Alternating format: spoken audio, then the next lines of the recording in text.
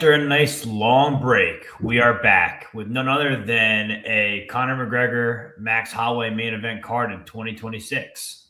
I mean, I had a bet last year on Bet Online that Conor wouldn't fight last year, and it was like minus 125. And here he is fighting in the following year. I'm your host, Tucson Pegasus, here with Dre V, Key 3 Picks, and first time guest, long time needed, Art C. What's happening, bro? Thanks, boys, for having me. Yeah, I'm always game to talk fights. Drav and I talk sometimes on fights and stuff. So glad to have you be here and break down the Conor McGregor fight. It's obviously has been a long time. So excited for this one. That poster in the background is a good timing to be on too. So the Holloway poster look good. Oh yeah. That was their live, so I had to put it up there. It was one of the best fights. I think I got my going off. That was a crazy one. Yeah. All right. Let's see. We got Daz in the chat. Thanks for joining us. Champ, Art, giving you love here. There's rumor Conor has denied filming any embedded. He's doing his own type of embedded thing with Mac Life. That's what I saw. W Gas, Jackson, what's happening, bro? All right, we can get into this. Do you guys want to start at the top or the bottom of the card? What do you guys want to do? Bottom as always. Okay. Let's do it. So we got our first fight of the night. It is a short notice event at, I think it's, are they still doing 125 for Costa Durden? Yeah, it's 125. Okay, so we got a short notice fight. I mean, I think Cody Durden was supposed to fight Odie Osborne originally on this card. Now he's getting us Alessandro Costa, 16-5 versus 18-10. Odds on these two gentlemen. You can get Cody Durden plus 200. You can get Alessandro Costa minus 235. Art, you being the first guest, we're going to have you break it down first. What do you think for this fight?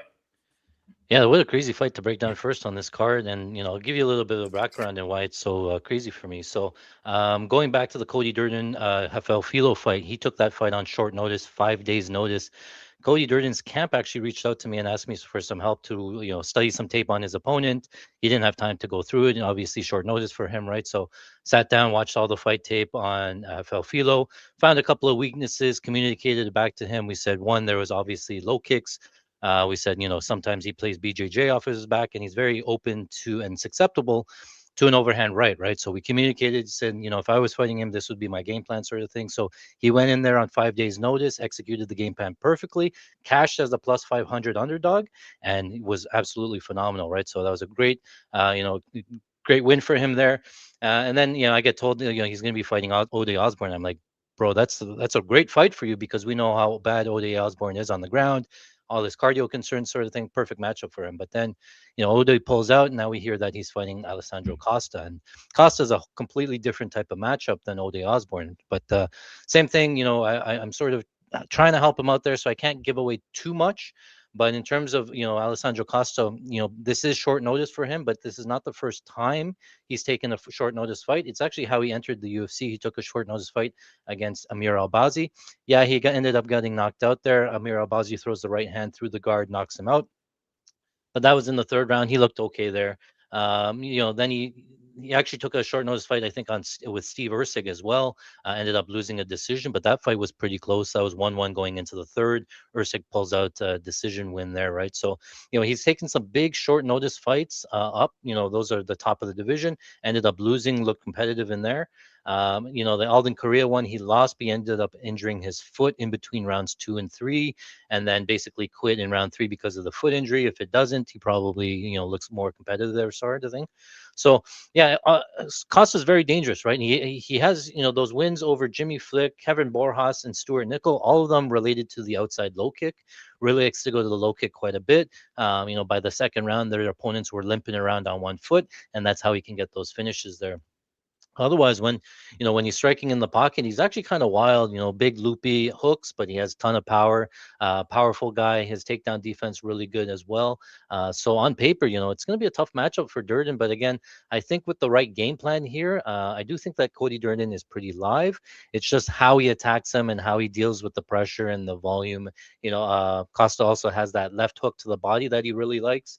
and he has a setup for the right hand that he put Schnell out with, right? So on paper, I don't really give him a ton of credit for beating Matt Schnell, Jimmy Flick, and all those guys, but he's losing to good competition here. I think the fight's pretty close.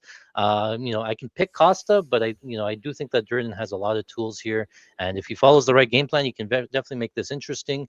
Again, he's the one on the full camp and stuff, but yeah, I think that Durden's kind of live, but I'll pick Costa to win.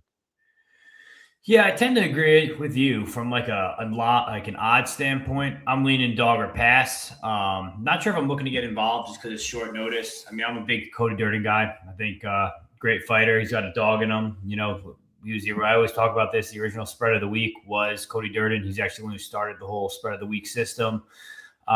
Just a tough fight here with a guy in Alessandro Costa that can throw pretty heavy back. We know Cody's chin is kind of starting to go. So I don't know if I had to make a bet, I'd do dog. But I don't know. I'm not taking a pick on this one. Drav, what do you think of the Durden decision only plus 140, as Cam said here? I like that. Okay. What do you think of the fight? It's the type of fight you be betting the spread plus 120 on the 3.5. I know, but the only problem is the finishing upside of Costa. That's the problem. Yeah, exactly. But I feel like if he covers, he's going to finish him, because in the decision, I don't really think he's going to cover. So I think Durden has some wrestling upside here. In the boxing, it's probably close. The thing with Costa is he has more power here, and he's younger and closer to his prime. We've seen Durden, his durability is starting to go. His cardio is not as good as what it used to be. His submission defense was always an issue. It's still there now. So I feel like Costa has massive KO and submission upside in this fight, and he's younger. But he's taking this on short notice. He's been pretty active recently, and he has to cut to 125.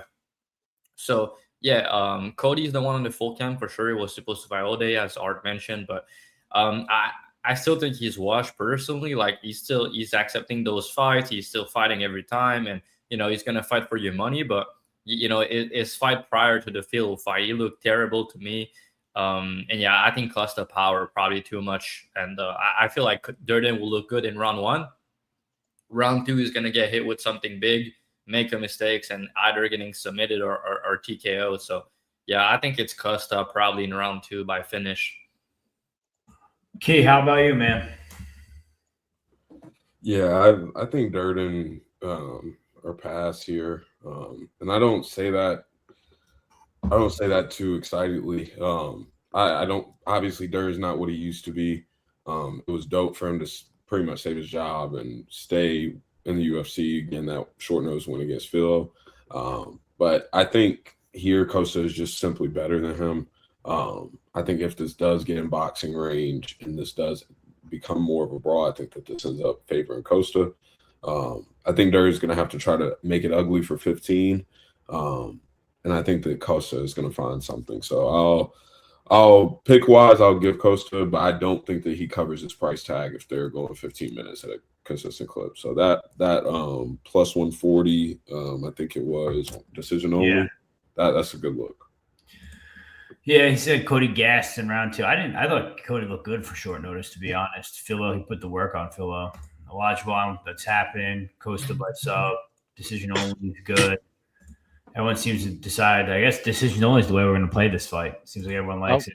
One thing I'll add is that, Cody's been real good training partners with Horiguchi. Horiguchi just fought, like they train well together. They're working on the grappling a lot here, right? Obviously in the camp for Manel Cop Horiguchi, and they've been back and forth sort of thing, right? So Dravi touched on, grappling upside. I think that could be a key as well. Yeah, Costa can be off of his back sometimes when he gets taken down and stuff. So, yeah, the decision only line is not a bad look. All right, decision only is what we're going with for the first fight. Next fight of the night we got is Ryan Gandra versus Zachary Reese, 10-3 versus 9-1. Odds on these two gentlemen, you can get Gandra at great odds of minus 120. You get Zach Reese at plus 100. Key, or actually, Drav, I'm gonna have you go first here. I mean, we and you talked about this last week. We're pretty divided. You still feeling confident about your Zach Reese bet now that you got some CLV? Yeah, 65 cents of CLVs always feel good, especially when we're head-to-head pegs. So I love that. But it's never good. When I get reverse CLV, those are the bets I actually hit. So it could be trouble for you. It could be, but when you end up, betting a favorite like that is kind of first round or bust. I kind of like that in another sense, you know. But Yeah. I would just say now I'm not gonna give a breakdown like I did on the early show. I've went pretty deep on it just because the line move a lot. I don't think at plus 100 you should be betting Reese, because what I said on the early look, I said it's close to a 50-50 fight. Reese was like plus 140 at the time. And I said, you know, it's still good value. I play him at plus 165. I think that it's a close fight. It's hard to call, but basically, I think both guys can get a first round finish. I favor Gandra first round knockout as my predict. You know, the likely outcome of round one. But I think Reese is live to catch him. They're both, you know, bad defensively, and yeah, Reese chin concerns is a concern, but I feel like it's not as bad as what people say. Sometimes he has to dig deep in those fights, and he did. Showed me, you know, better cardio over 15 minutes or over UFC caliber opponents like Michel Pereira. I think Michel Pereira is better than Ryan Gandra, even at this stage of his career. And if you go back on regional and you look in Gandra tape, you know, when you go 50 and look terrible, I think his process is bad. I think Reese is a better kicker. But yeah, Gandra has good boxing, good power, and I guess he could catch him. But yeah, I think Reese is the better grappler, better cardio, fought better guys. So I think Reese around, you know, minus 110, minus 120 makes sense here. So yeah, I guess still some plus 110 over on the market. Still some value on that. But I think to play him, you need at least plus 120. Personally, that's what I'm thinking. And yeah, the under 1.5 is not a good. It's also a decent look here.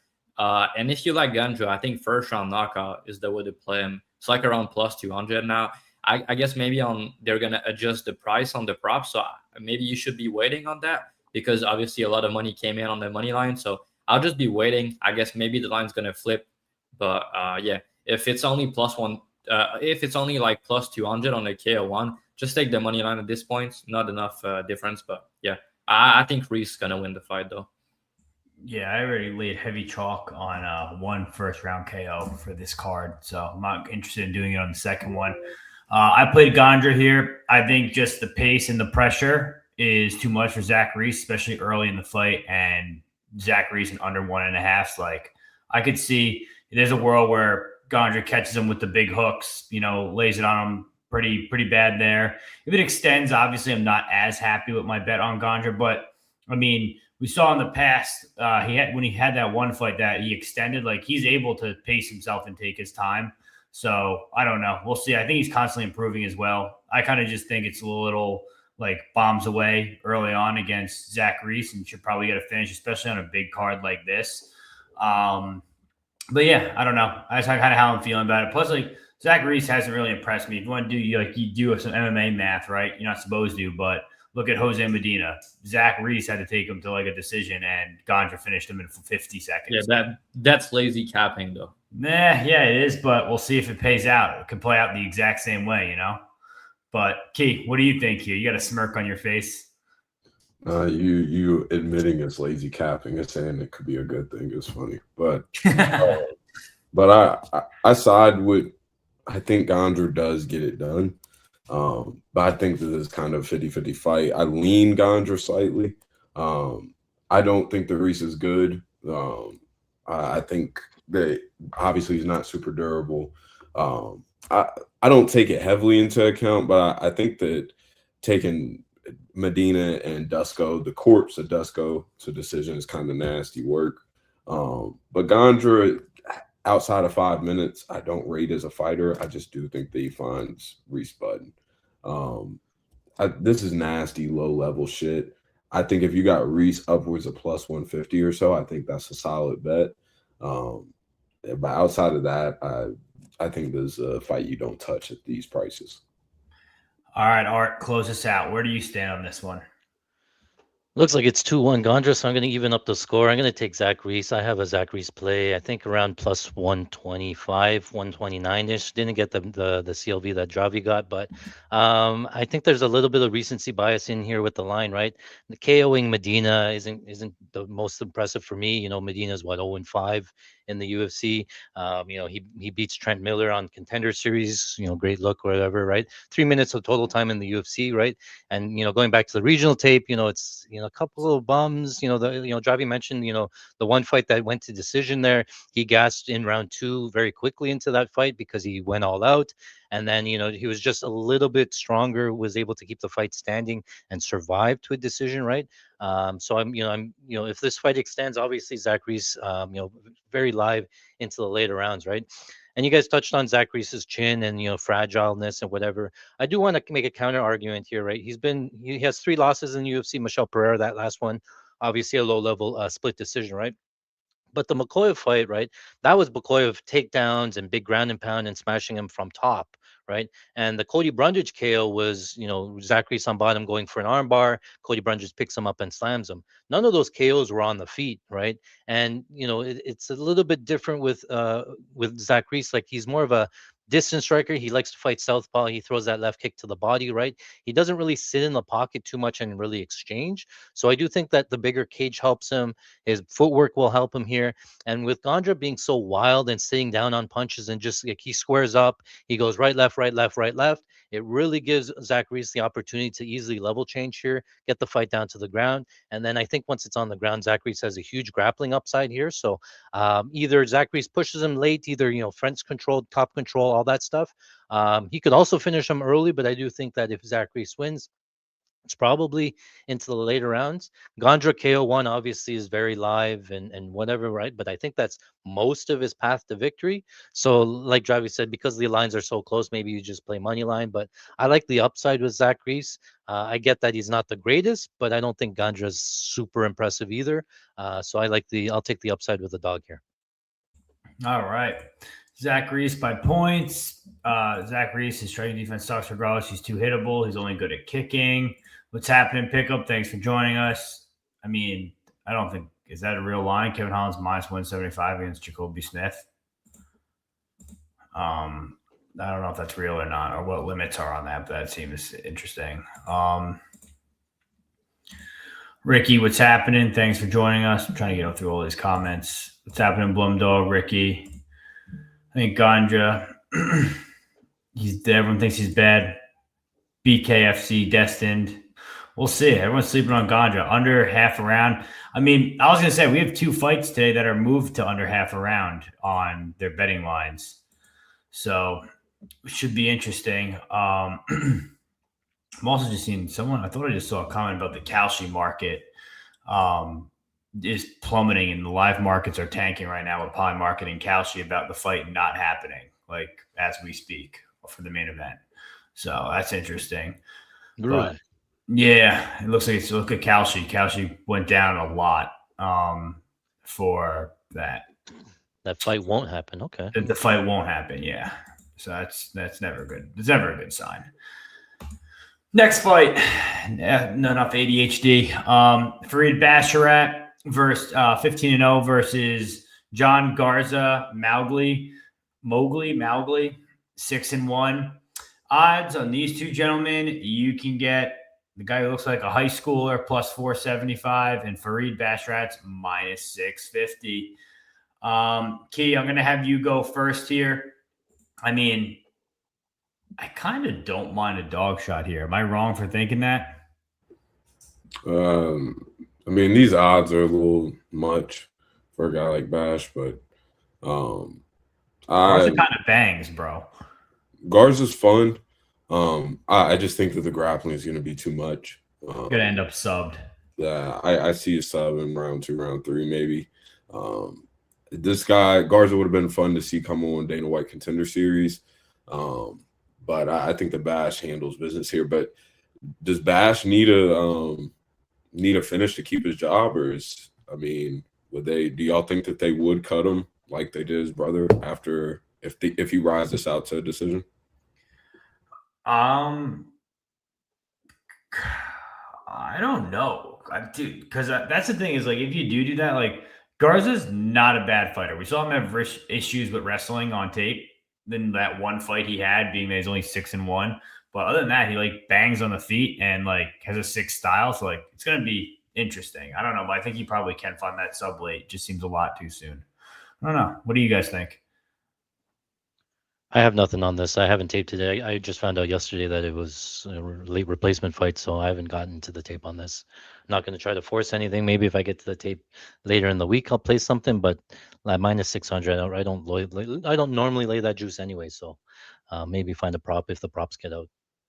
Okay. What do you think, Drav? Yeah, I missed that one too. I didn't have time to tape it, but yeah, I'm not looking to fade Basharat against a guy making his debut on short notice personally, but I heard he's good. But yeah, Basharat is solid too. All right. So, all right. Everyone follow Peg's lead. We're betting the dog plus 475. Take a stab at it. See what happens. Worst case, he gets subbed and we were there. But if not, fight could look close. So I'm telling you, this guy's a dog. Like he's saying, it's short notice and the grappling upside's there. But this Garza on the feet, like we know Fareed Basharat hates getting pressured like he did against G Matsumoto. And this guy can do the same thing. Obviously, he doesn't have the same takedown defense and stuff, but it's definitely there. No, Marlowe is not going to join us. That would be fun if he did, but I think he's asleep. He's in like England or something. I'm not sure what time it is there. Garza's a good fighter, dangerous kid, and loves to target the body. That's what I'm saying. Like, I don't know. Could be live here. We could have something at plus 475. How wrong could you be? I guess is the way to put it. Next fight we have here is a striker's delight. We have Cesar Almeida versus Damian Pinas. Odds on these two gentlemen 9-1 or 9-1 versus 7-2. Odds on them, you can get Damian Pinas at minus 210. You can get Cesar Almeida plus 180. I'm gonna go back to you, Art. You taking a dog shot here, or do you think Damian Pinas uses his youth and finds a finish early? Yeah, I'm going to be taking the dog shot here.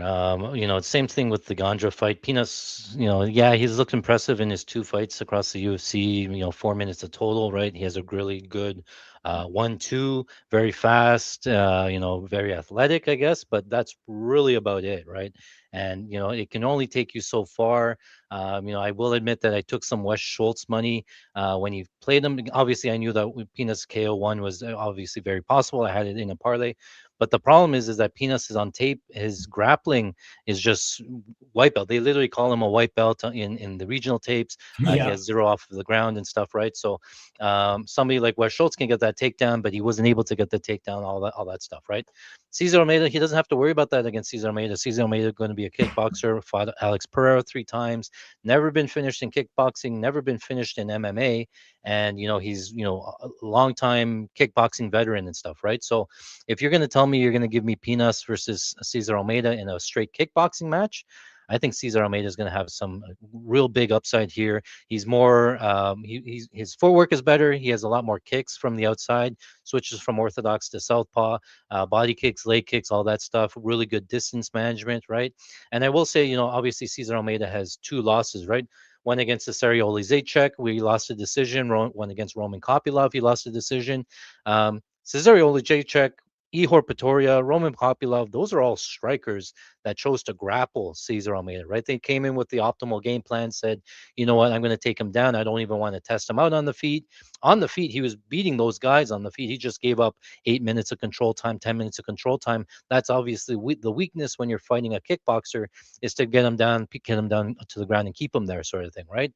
Pinas doesn't have that upside to be able to get the fight down to the ground if the striking's not going his way. He's sort of like forced to strike with Cesar Almeida, and that's a tough ask here. So if you're going to give me plus 190 on the more decorated kickboxer, way more experience in a stand-up fight, I think that has to be the value side.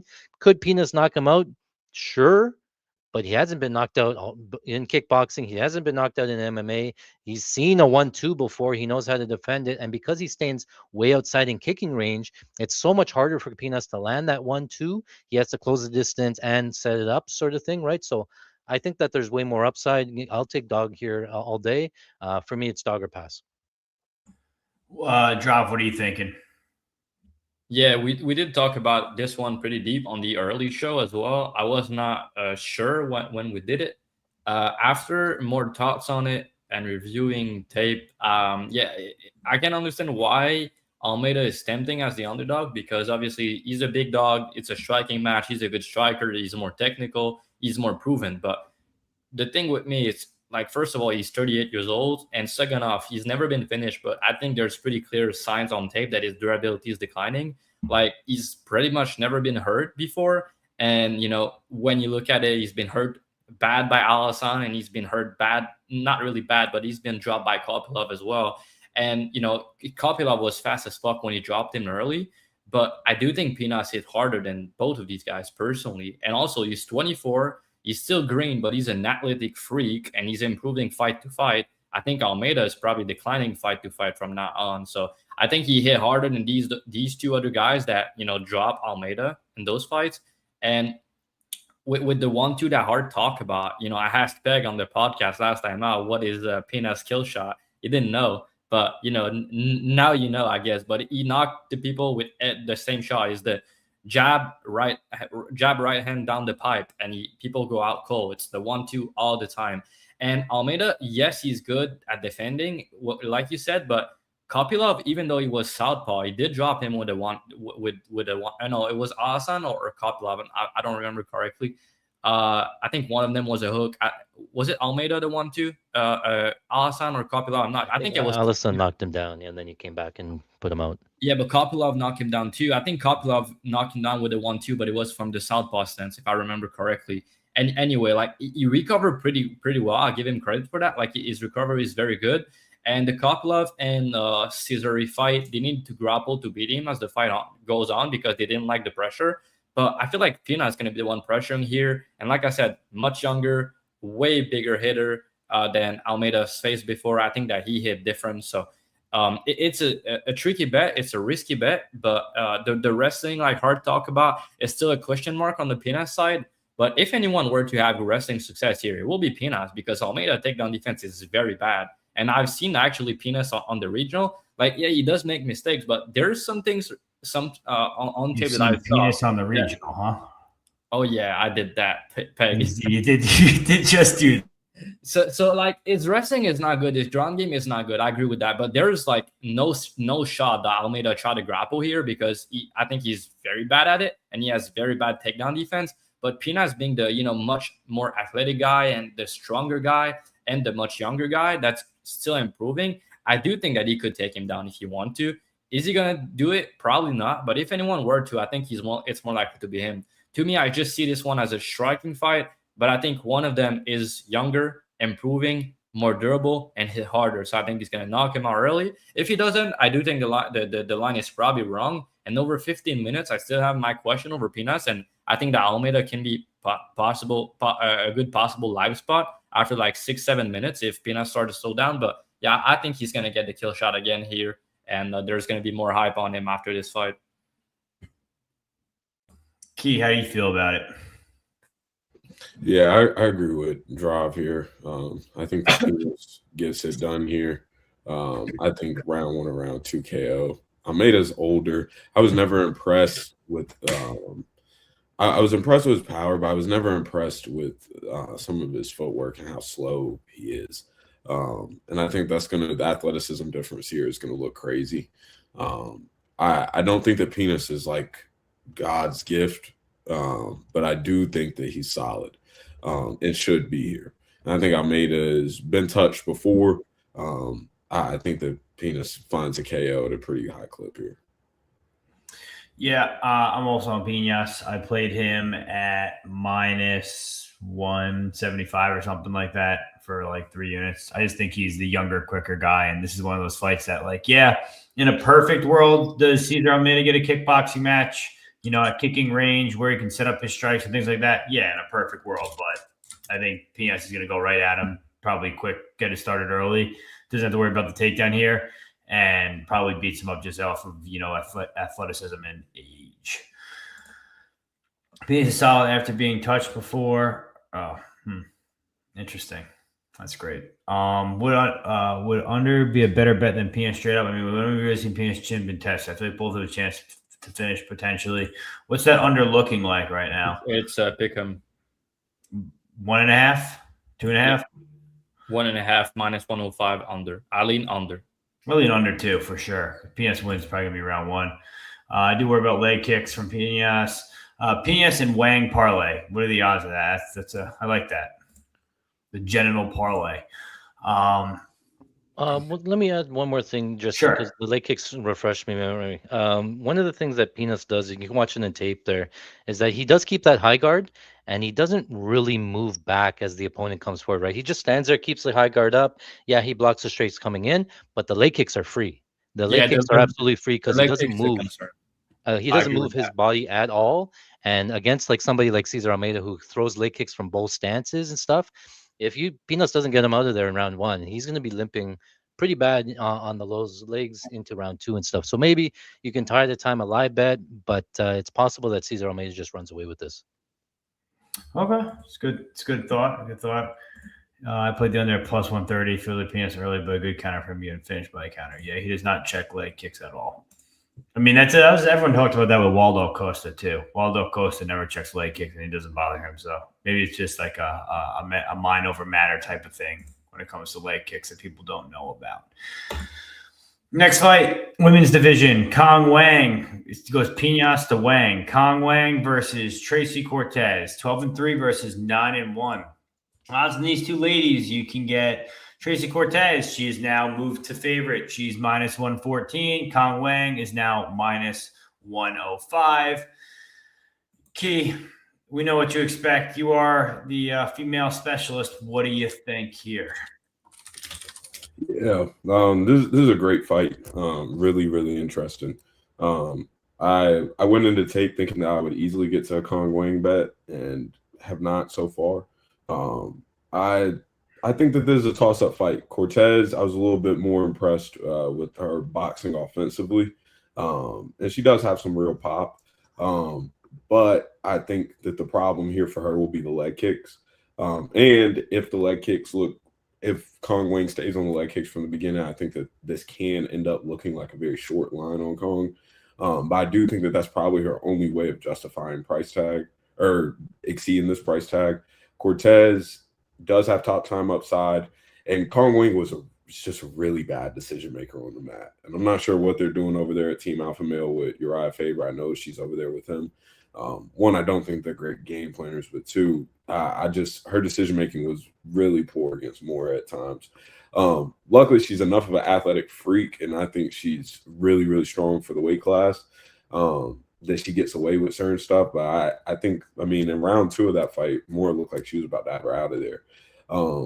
Cortez, I don't think is the level of top player of Moore, but I do think that she's a much better wrestler. So I think that Cortez is going to be able to decide where this fight stays. And although looking back, that Blanchfield fight, until she shot for the takedown, she was looking pretty solid there. I think that was just bad decision making on her end. So I do side with Kong Wang, but I think that this is probably closer to a 50-50 fight. All right, Art, what are you thinking here? Actually, kind of like this matchup here, and for me, this matchup easily comes down to the takedown defense of Kong Wang, right? And I think that we're getting actually a pretty good line, and I think this is more recency bias baked into this line than anything, based on the Moira fight, right? And yeah, you see, Kong Wang get taken down, I believe 3 times by Moira, but she defended 9 of them, right? And you go back and watch the actual takedowns, right? The first one was like a weird, like, very in the clinch inside trip there, or outside trip gets on top there, right? And into the second round, the other takedown was like a lat drop to a fireman carry to a scramble on top to get on top sort of thing.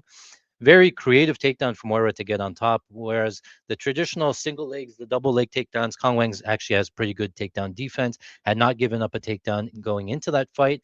And then, yeah, she looked bad because she was on bottom, but that's pretty much why we're getting this pick'em line here, right? If you take a look at the odds historically for Kong Wang, minus 1,300 against Gabriela Fernandez, minus 300 against Bruna Brazil, minus 650 against Lipsy, who's a striker, minus 300 against Moira, right? The only reason this is pick'em is because of that Moira tape, right? And you go to the Tracy Cortez fight and you say, well, can Tracy Cortez really get the grappling game going and really get takedowns, right? And I look at the Rose Namajunas fight, I look at the Erin Blanchfield fight, right? In those fights where she can't get takedowns and she can't get grappling going, she looks horrible, right? She gets picked apart on the feet and she's just getting worked and stuff, right? And I kind of see that happening here with Kong Wang, right? So Tracy Cortez, in my eyes, needs at least 2 to 3 takedowns here with 6, 7, 8 minutes of control time. And if she doesn't get it, Wang's just going to destroy her on the feet. It's concerning to me that Tracy Cortez is losing the striking battle to somebody like Erin Blanchfield when she's fighting somebody like Wang, who's just levels above everybody that Tracy Cortez has fought, right? So can she get wrestling going? Sure. I think that her wrestling is better than Moira's, but Moira's BJJ is a little bit better. Moira had Wang deep into that rear naked choke, almost finished her, but somehow she fought out of it. She ended up surviving and winning a decision here. So I think that Wang's going to have all that damage upside, all the striking upside. You talked about the low kicks as well. Tracy Cortez doesn't deal well with that, right? So I don't rely on Tracy Cortez's striking here. I think she's going to need takedowns. I think she's going to kind of struggle with takedowns. And it wouldn't surprise me here if Wang finishes her. She did get dropped to Rose by a jab, and Wang hits a lot harder. She has a lot more setups, different combos and things like that. So I like Wang, and I'm kind of surprised by the line. And I will continue to add on to Wang if this gets into more dog territory. All right, Drav, where do you stand on this? Yeah, I'm on the other side of this one, and I guess my counter argument to Hart about the recency bias will be that Tracy, she's fought good grapplers recently, and I think that's one of the reasons her wrestling has not looked as good. Like Erin Blanchfield is probably like the best grappler in the entire division, right? And I do think Tracy was looking pretty good on the feet against her personally. Yeah, at the end, like in round 2, Erin was starting to piece her up a little bit, and after when she decided to wrestle after that, it went downhill. But on the feet, her boxing looked actually pretty damn good. I think her boxing is underrated. I don't think she's on the same level as Wang, obviously. But Wang's gonna have to worry about the takedown. There's gonna be a wrestling threat. I think because of that might open Tracy striking a little bit more. I'm more so worried about like the leg kicks of Wang here, and I do think the power can be an issue. But man, I mean, at the end of the day, like Wang is a very good striker, but we're talking about her like she's an elite finisher or a big power girl. She hit hard, she's dangerous, but she only has 2 KO on his win over a win. She's a bad finisher in my opinion. Like she could have easily finished Mora, she could have easily finished Lipsky, Brazil, and it's 3 decisions in a row. Like I don't like to see that. And Tracy is not a good finisher either, but I do think she's a very good minute winner, and I think she's a pretty damn good wrestler. And I do think she's a better wrestler than Mura, especially over 15 minutes. Like Mura, remember, she was a big strawweight that moved up a weight class who has bad cardio, bad striking. And Mura had some success on the feet against Wang early on because of the takedown threat. And I don't know how the fuck she didn't finish that submission in round 2. That was pretty damn weird. She had her. And Wang is a fucking fish off her back. Her BJJ is very bad. Like, I think Peg could submit her right now if they were to be on the grappling tournament. Definitely. Easily. Like I've bet 3 units on Peg grappling match. No, just being for real. Down.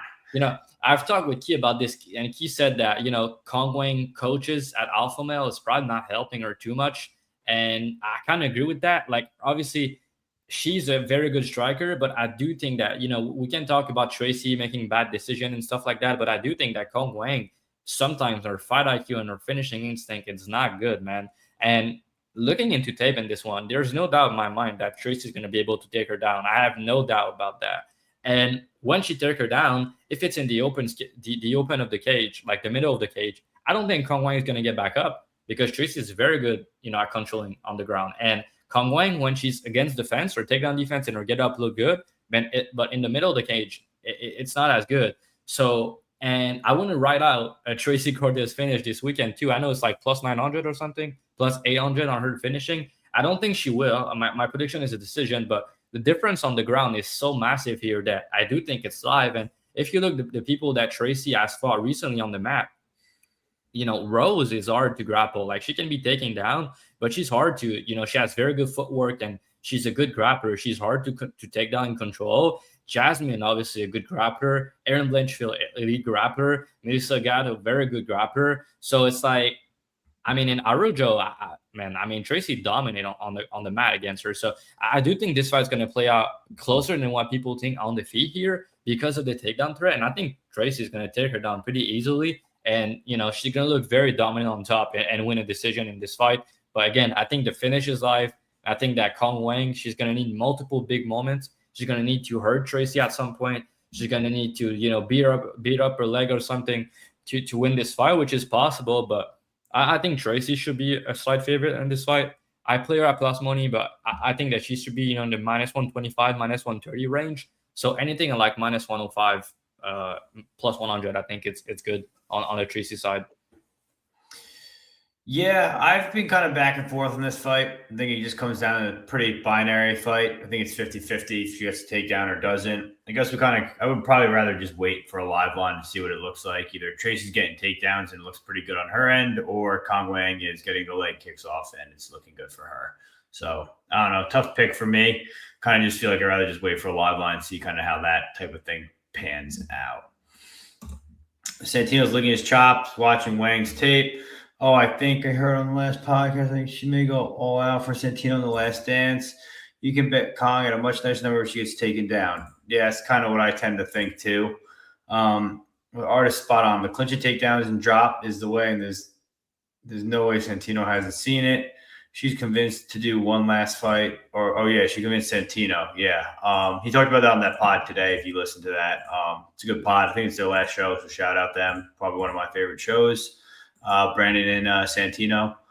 But yeah, what is Cortez over on takedowns? That would be something I'd be interested in prop wise, but other than that, I kind of just gonna stay away from it. Next fight, we got Kai Kamaka versus Luke Riley, 13-0 versus 18-7-1. Odds on these two gentlemen. You can get Kai Kamaka plus 220. You get Luke Riley minus 260. Drav, I'm gonna have you go first. I mean, actually, Drav's not here. So, Art, I'm going to have you go first, I guess. I mean, we got two strikers here. One's a vet. One's a newer face. Do you think it's going to be a standing exchange? I think Kamaka's going to try and mix it up, as we've seen, where Luke could probably get a little more rattled. I think this is going to be mostly a striking match. I don't know if Kamaka comes out here and grapples. It's been a while since, he's grappled, and I didn't go through all of the regional stuff, but he looked pretty good there in his return against Dakota Hope. Obviously, Kamaka was in the UFC a while ago, had 2 losses and a draw, and then got cut. Went to the regionals, and now he's back, sort of thing. But Luke Riley looks the part. I think he looks, he's very, very well rounded. Has all the right tools. Can counter grapple. Good striking.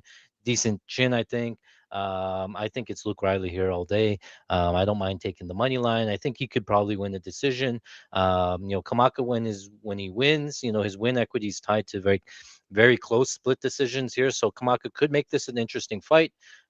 Could make it pretty close. Maybe, take a stab on split decision. But I like the upside for the Luke Riley side.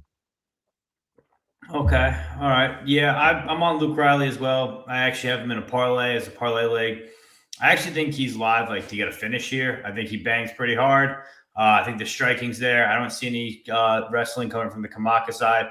Also, Kamaka fights with his hands down pretty often, which I don't like against a guy in Luke Riley who is going to throw pretty hard. So I'm not sure. I think this is a Luke Riley spot, pretty straightforward. I think they're kind of trying to set him up on a big pay-per-view. Key, what are you thinking? Yeah, I was thinking Riley KO, but I'm not too eager to think that he's gonna knock him out easily here. But I do think that he out hustles him in a decision pretty easily. As Art said, Kamaka is split decision city is all of his win equity. And I think that here Riley's gonna have the bigger moments. He's a more athletic guy, a better hardware in my opinion. I just think that he has Kamaka covered, and I think that Kamaka is going to need some bad judging, most likely, to get involved here. But I think that Riley out hustles him here at a pretty high clip. All right. Dravi is still not here to go over this, so we don't even have to worry about it. Kamaka fight is ideal range for Riley. Tend to agree. Riley 2-3. I think Riley finds the KO. I agree with that as well.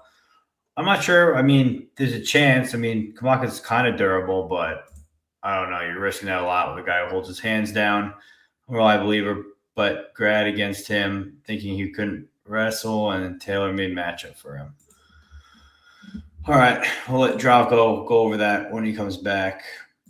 Next fight we have here is at 135. We have We got Adrian Yanez versus Cody Garbrandt, 15-7 versus 17-6-1. Odds in these two gentlemen, you can get Cody Garbrandt plus 350, Adrian Yanez minus 450. Key, go first for us here. I mean, I think this is a Yanez knockout spot. What are you thinking? Yeah, it's pretty clear here. Yanez, deserved a better result in his last fight. And as he does obviously have his flaws, but I've got to say, I think that he has gotten better. I do think that his last fight was not a bad look at all. And to lose to this version of Cody would have to be an insane stunt to pull. I think that Cody is obviously not the same at all, gun shy. He's just going to skirt around the edges of the cage and pray for one shot to land whenever he does build up the courage to throw. But I think that Yanez is going to put the jab in his face. He'll back him up at will. Yanez KO round 1, round 2. Yeah, I'm on Yanez by KO plus 100. I think that prop's fine. It's a nice way to bet. I think that's how Yanez covers his price tag. Plus, once Yanez starts finding his shots later in the fight, like 2-3, he'll probably put Cody out. We know Cody's chin's gone. He got away lucky with the Zhao Long fight with the dick kicks, because if those didn't happen, he would have lost there too. And who knows what his UFC career would look like. How do you feel about this one, Art? Yeah, it's tough to take Garbrandt, right? Obviously, he's fallen on hard times. He's very low volume. It's so funny watching the Long Zhao fight. He gets kicked in the dick a couple of times, and then he's so mad, and he's like, "I'm gonna fuck you up," and then he comes out, and then he just circles the cage for the rest of the fight, right? And that's pretty much how he can win the fight, right? He's more outside striking, touch and move sort of thing, right? And you touched on the chin. It's tale of two tapes for me. Cody Garbrandt has historically been pretty chinny, right? And then somehow against Yang Zhao, he takes a clean head kick and he survives. He takes a spinning elbow and survives and stuff, right? So, it wouldn't surprise me if this goes to decision here. But Yanez is going to have way more, the better hands, the better boxing. He's going to have to close the distance and stand into the pocket and unload and stuff, right? But yeah, it's not like Garbrandt can KO him. Yanez has a pretty good chin as well. He's pretty durable. He has a really good volume. Cardio's not really an issue, sort of thing. I do see a case where Garbrandt could wrestle. And, I was on Ricky Simón against Yanez because I thought that Simón would have some grappling upside. He did get some takedowns, but Yanez's takedown defense impressed me. His get-up game impressed me there. There is a little bit of an asterisk there because Yanez was training partners with the fight before that Ricky Simón had fought. And then so they had really good tape on him. They knew exactly what he was going to do, and it fought pretty close. But worth noting again, Ricky Simón probably wins that fight if the last 10 seconds don't happen, right? Yanez drops him in the last 10 seconds, follows up with some punches, and 2 judges give him a 10-8 round to earn the draw. If that 10 seconds doesn't happen, he loses that fight by decision, and then he loses the last 4 of the 5 fights, right? But Cody Garbrandt isn't great either, right? He's on a big losing streak as well. Being Brian Keller and Trayvon Jones aren't super impressive. The other thing I mentioned yesterday was that, Cody Garbrandt lands 28 significant strikes in that fight against Yang Zhao. He's not landed more than 28 significant strikes dating back to 2021 to Rob Font, right? So it's been 6 fights where he hasn't surpassed 28 significant strikes. That's going to be crazy because Adrian Yanez is probably going to triple his output here. And it's going to be hard to give Garbrandt rounds based on moments because he's not really a big hitter anymore, right? So it's going to have to come down to wrestling. And I don't even think he has that path, right? So I think that Yanez is obviously the side. The price tag's a little bit too expensive at minus 450, 500. But, I could see him winning a decision. Could see him knocking him out. Maybe like a spread bet the other way for Yanez. But, if Cody Garbrandt grapples, then it could be close. Yeah, you kind of make a good point. And Champ said it here, too, about the under on 6 strikes for Cody Garbrandt. That would be interesting what they set that at. Yanez 2-3 KO plus 280. Where do you see those odds? Where are those at? Let me know, because I love that. I didn't see that when I was looking. I just took the plus 100 on the straight up KO. I guess Connor Lucas in Vegas. Oscar Willis posted a video 30 minutes ago. Listen, I hope it is. I don't want this to end. Bovada. Okay. We don't know where Drav is, so we'll figure that out later. Next fight, we have the Gable Steveson debut versus Alicia Ellison. Guys, just so you know, it's Gable Steveson, not Stevenson. Everyone keeps saying Stevenson. There's no N in his name. That being said, 3-0 versus 5-2. Odds and these two gentlemen. Gable is the highest favorite in UFC history, sitting anywhere between minus 2,800 to minus 4,000. Alicia Ellison's anywhere from plus 1,300 to plus 1,250. All right, I'll let you go first here. I mean, how do you play a fight that is, minus 600 on the under 1.5, and then the favorite is whatever? Do you play like under a minute, under 30 seconds? How do you play? I tend to go contrarian, right? So I get that Stevenson's a beast and a monster and stuff, and he probably finishes him super early. But I tend to bet those like overs and like sit there with my butt clenched the whole time. Not saying that that's the case here, right? But it's hard to get action down on minus 3,000. I for fun was building parlays yesterday and was putting in some stuff, and then like I was just curious if I add Stevenson, what it does for the parlay, right? And it adds like $1 or something. It's like crazy or something. Like it's not even worth it, right? So basically, this comes down to either will Stevenson finish him in round 1 or round 2, and it's probably round 1. Then is it going to be KO or submission?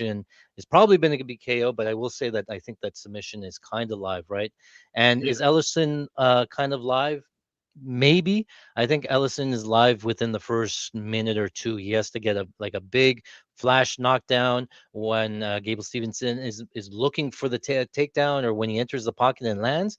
But the problem is that Gable has an actual chin. I've seen him take a clean head kick and be okay. I've seen him starch guys on the feet. Remember, he knocks out the guy with that left hook and then shoots a takedown, and he's completely dead by the time he gets the floor and stuff, sort of thing. So Gable Stevenson has power. He has wrestling, obviously. He has a good chin. The cardio is somewhat untested, but you go back to the wrestling, no real concerns there, right?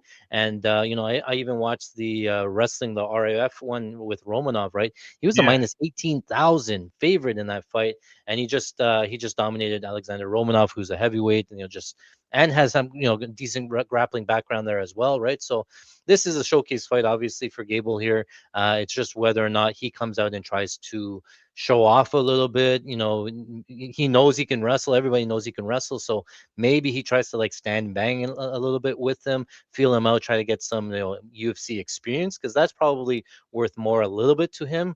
He knows he can take him down and just smash him. So maybe he tries on the feet for a little bit. That where it pushes a little bit longer, everybody taking under a minute, whatever. But it's hard to get any action down on this fight. I might sprinkle submission because I think it could be live. But I don't know. I've seen Stevenson look for the arm triangle, or sorry, Kimura. He looked for the arm triangle as well. So he doesn't, have some setups. Obviously, super strong on bottom or on top. But his go-to is probably just smashing him ground and pound and finish round 1. So it's tough because it's super juice though. Yeah. I played Gable Stevenson by KO minus 135. I'll be square. I'll be honest. I'll just tell it how it is. I just think that's how that fight goes. I think that's a fine price for a guy who is finishing everyone. And I mean, I've never been impressed with the Alicia Ellison. So yeah, I mean, I think the sub also could be there. Don't get me wrong. I tend to agree, but I think I'm willing to take the risk at minus 130. I don't really care. We'll see what happens. You took Stevenson KO plus minus 130? Yeah, round 1 KO. Oh, round 1 KO. Okay. Oh, okay. Yeah, round 1 KO minus 130. Laid the chalk big. Yeah. Okay. And I saw you get under half a round, like plus 140 or something like that. It was on like FanDuel. They don't even have 1.5 sitting around anymore. They just have under halves at plus odds if you want to get interesting. Over half round. Yeah, I see minus 138. Jeez, see that? See now that could be interesting. Now you got my interest a little bit, Art. That could be interesting. When's the last time you saw an over half round at Pick'em? Right? Like, what was the fight that was last year? Everyone was talking about over half round or under half a round. There was one last year that was big. I think we had Gambus on the podcast for that. I can't remember what it was, but there was one last year that had over. I think there was one, and did it go over? Can't remember. It wasn't Yakayev, right? Or was it? Oh, Atiba versus Vines. Was it that one? Yeah, maybe. Yeah. Yeah, I think it was. It was Gautier versus the short notice guy. Or it could have been. No, I don't think it was BSD versus Propolek. I don't think it was that. No. I think it was the Thibaut Gauthier versus Vines. I think that's exactly what it was. Back to this, Gable. What do you think, Drav? Anything crazy? No, nothing crazy. Yeah, I bought the under 1.5, like -4 something. Round one, Steveson like -300. Like honestly, I don't do these too often, but this is a no-brainer for me. He's obviously a very talented guy. He's gonna go far. He's gonna be ranked at heavyweight, and this Elison guy is a bum. No grappling. He's a bit chinny. Stevenson's gonna, finish him on the ground or even on the feet. It's possible. It's gonna be in round one. No needs to overthink this one. And I've missed the last two. Yeah, I was gonna say, do a quick roundup of Yanez and then the Riley fight. I think Yanez the rightful favorite. Cody at this point, he's due to get knocked out. Yanez, can pack a punch. I just think Cody early on, he might, play around a little bit and be fast and, try to wrestle. I don't know, but as the fight goes, Yanez is gonna connect on his chin at some point, and I think that he's gonna knock him out. I've bet Cody against what's his name? Long Jaw last time out, right? I was like, there's no way he's gonna lose to this guy, and he was on his way to lose if those points were not taking away. So he's clearly not this level anymore, and now he's taking a step up against a guy that hit hard. So yeah, I think Yanez is gonna KO him. The price for the KO prop is actually decent. I think it's like pick him. So I think that's probably better than playing his money on, because if Yanez doesn't finish him, I can see like Cody winning round 1, losing round 3, and be like a competitive fight because Yanez can't maybe find his timing or something. But I do think he's gonna eventually connect on the chin and find the kill shot. Kai and Luke Riley, I do think this line's a bit wide. I'm not gonna lie. Like, I think Riley probably win. Like, he should be a favorite. He has more power. He's undefeated, and he's a better striker. But Kai Kamaka, like I said on his UFC debut, is like a little Brad Tavares. Like, he does all the right thing. He's technical. He's a good striker, good takedown defense, good cardio, durable.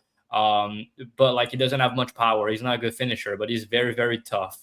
I could see Luke Riley hurting him. That's possible. But I personally don't think he's going to finish him. And I view this as a close 29-28 fight, where I think Kamaka is the more likely to wrestle in this fight. I think he can get a takedown or two.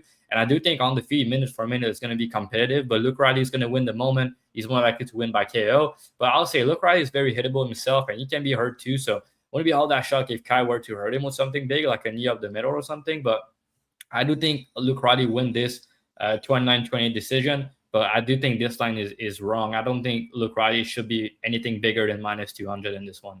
So, yeah. Did he go on the Steveson fight? I don't think he. But Steveson by murder. I mean, there's no need to break down this fight further.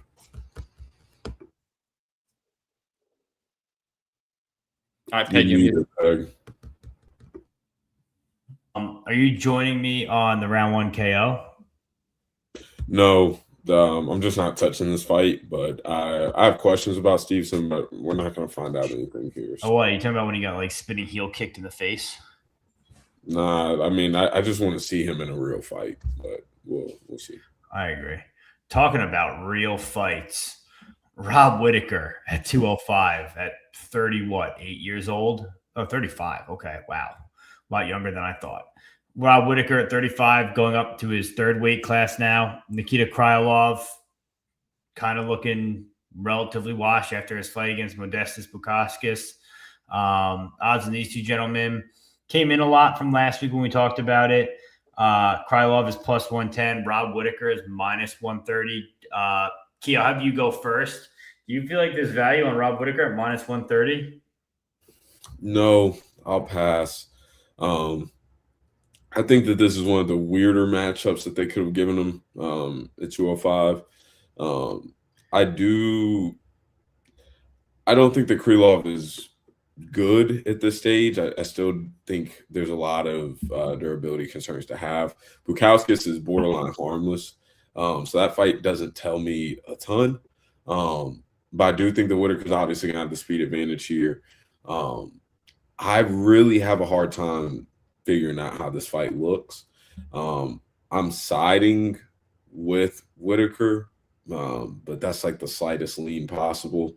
This is a really interesting fight. I think that Whittaker is going to be able to find his moments, but Krylov kick game is real, and it's not like Whittaker's going to have an easy time wrestling. I think that Krylov may be the one who's shooting anyway. So this is an interesting fight with a lot of dynamics to have questions about. So for me, I lean Whittaker, but this is a pass. I think line is probably about correct here. All right, I'm gonna have you go next. Whatever Drav is doing is terrible for mic time. Such an unprofessional. What do you think, Art? Yeah, it's a weird fight. I really don't know, and I haven't seen any interviews of why Rob is moving up. It was never like, he was too big or a frame was too big or it's a tough cut, right? So I don't know what it is, if it's injury related or just end of his career, doesn't like the weight cut sort of thing, right? And we sort of saw in the RDR fight, even maybe the Drickus fight where these guys are just a little bit too big for them. It can force, force their way onto him, pressure him, make him sort of feel the weight and the physicality gets to him, right? That's the only way I see Krylov, right? Just the size and maybe, I think he clinches. I think he tries to grapple. Rob Whittaker has historically had pretty good takedown defense, and I took him pretty big against RDR there, and I thought that he ended up winning that fight. And but Krylov, I'm not convinced that his chin isn't completely gone. The Dominic Reyes was the first time he touched him. He really leads and opens with his head, like he bounces in, opens with his head, and then tries to counter strike. And that's why Dominic Reyes was able to just jump back, throw the right hand, knock him out there. Guskov, same thing with the right hand, hit him clean and knocked him out. Just Modestas Bukauskas, I watched that fight in slow motion. I didn't see Bukauskas really land anything super clean to tell me that his chin isn't completely gone. Rob Whittaker isn't like a huge power puncher, but I do think that he has some knockout upside. Obviously, he's a very good striker, wants to keep the fight on the feet, all that stuff, right? So I also lean Whittaker. I don't have a play here yet. I might get it to it by fight time. I probably will live bet it either way. Just want to see what Whittaker looks like at his new weight class, how he moves around. I think that he should have a speed advantage. I just want to confirm that based on how he looks, because the fight's pretty close to, pick 'em, all that stuff, right? I don't see that the live line shoots to a massive favorite either way. Obviously, unless there's a finish and then I'm out of luck. But I think I can, wait a little bit, see how Whittaker moves, see what the speed difference is like. And if it looks concerning or it looks like immense, then I'll probably take the Whittaker side.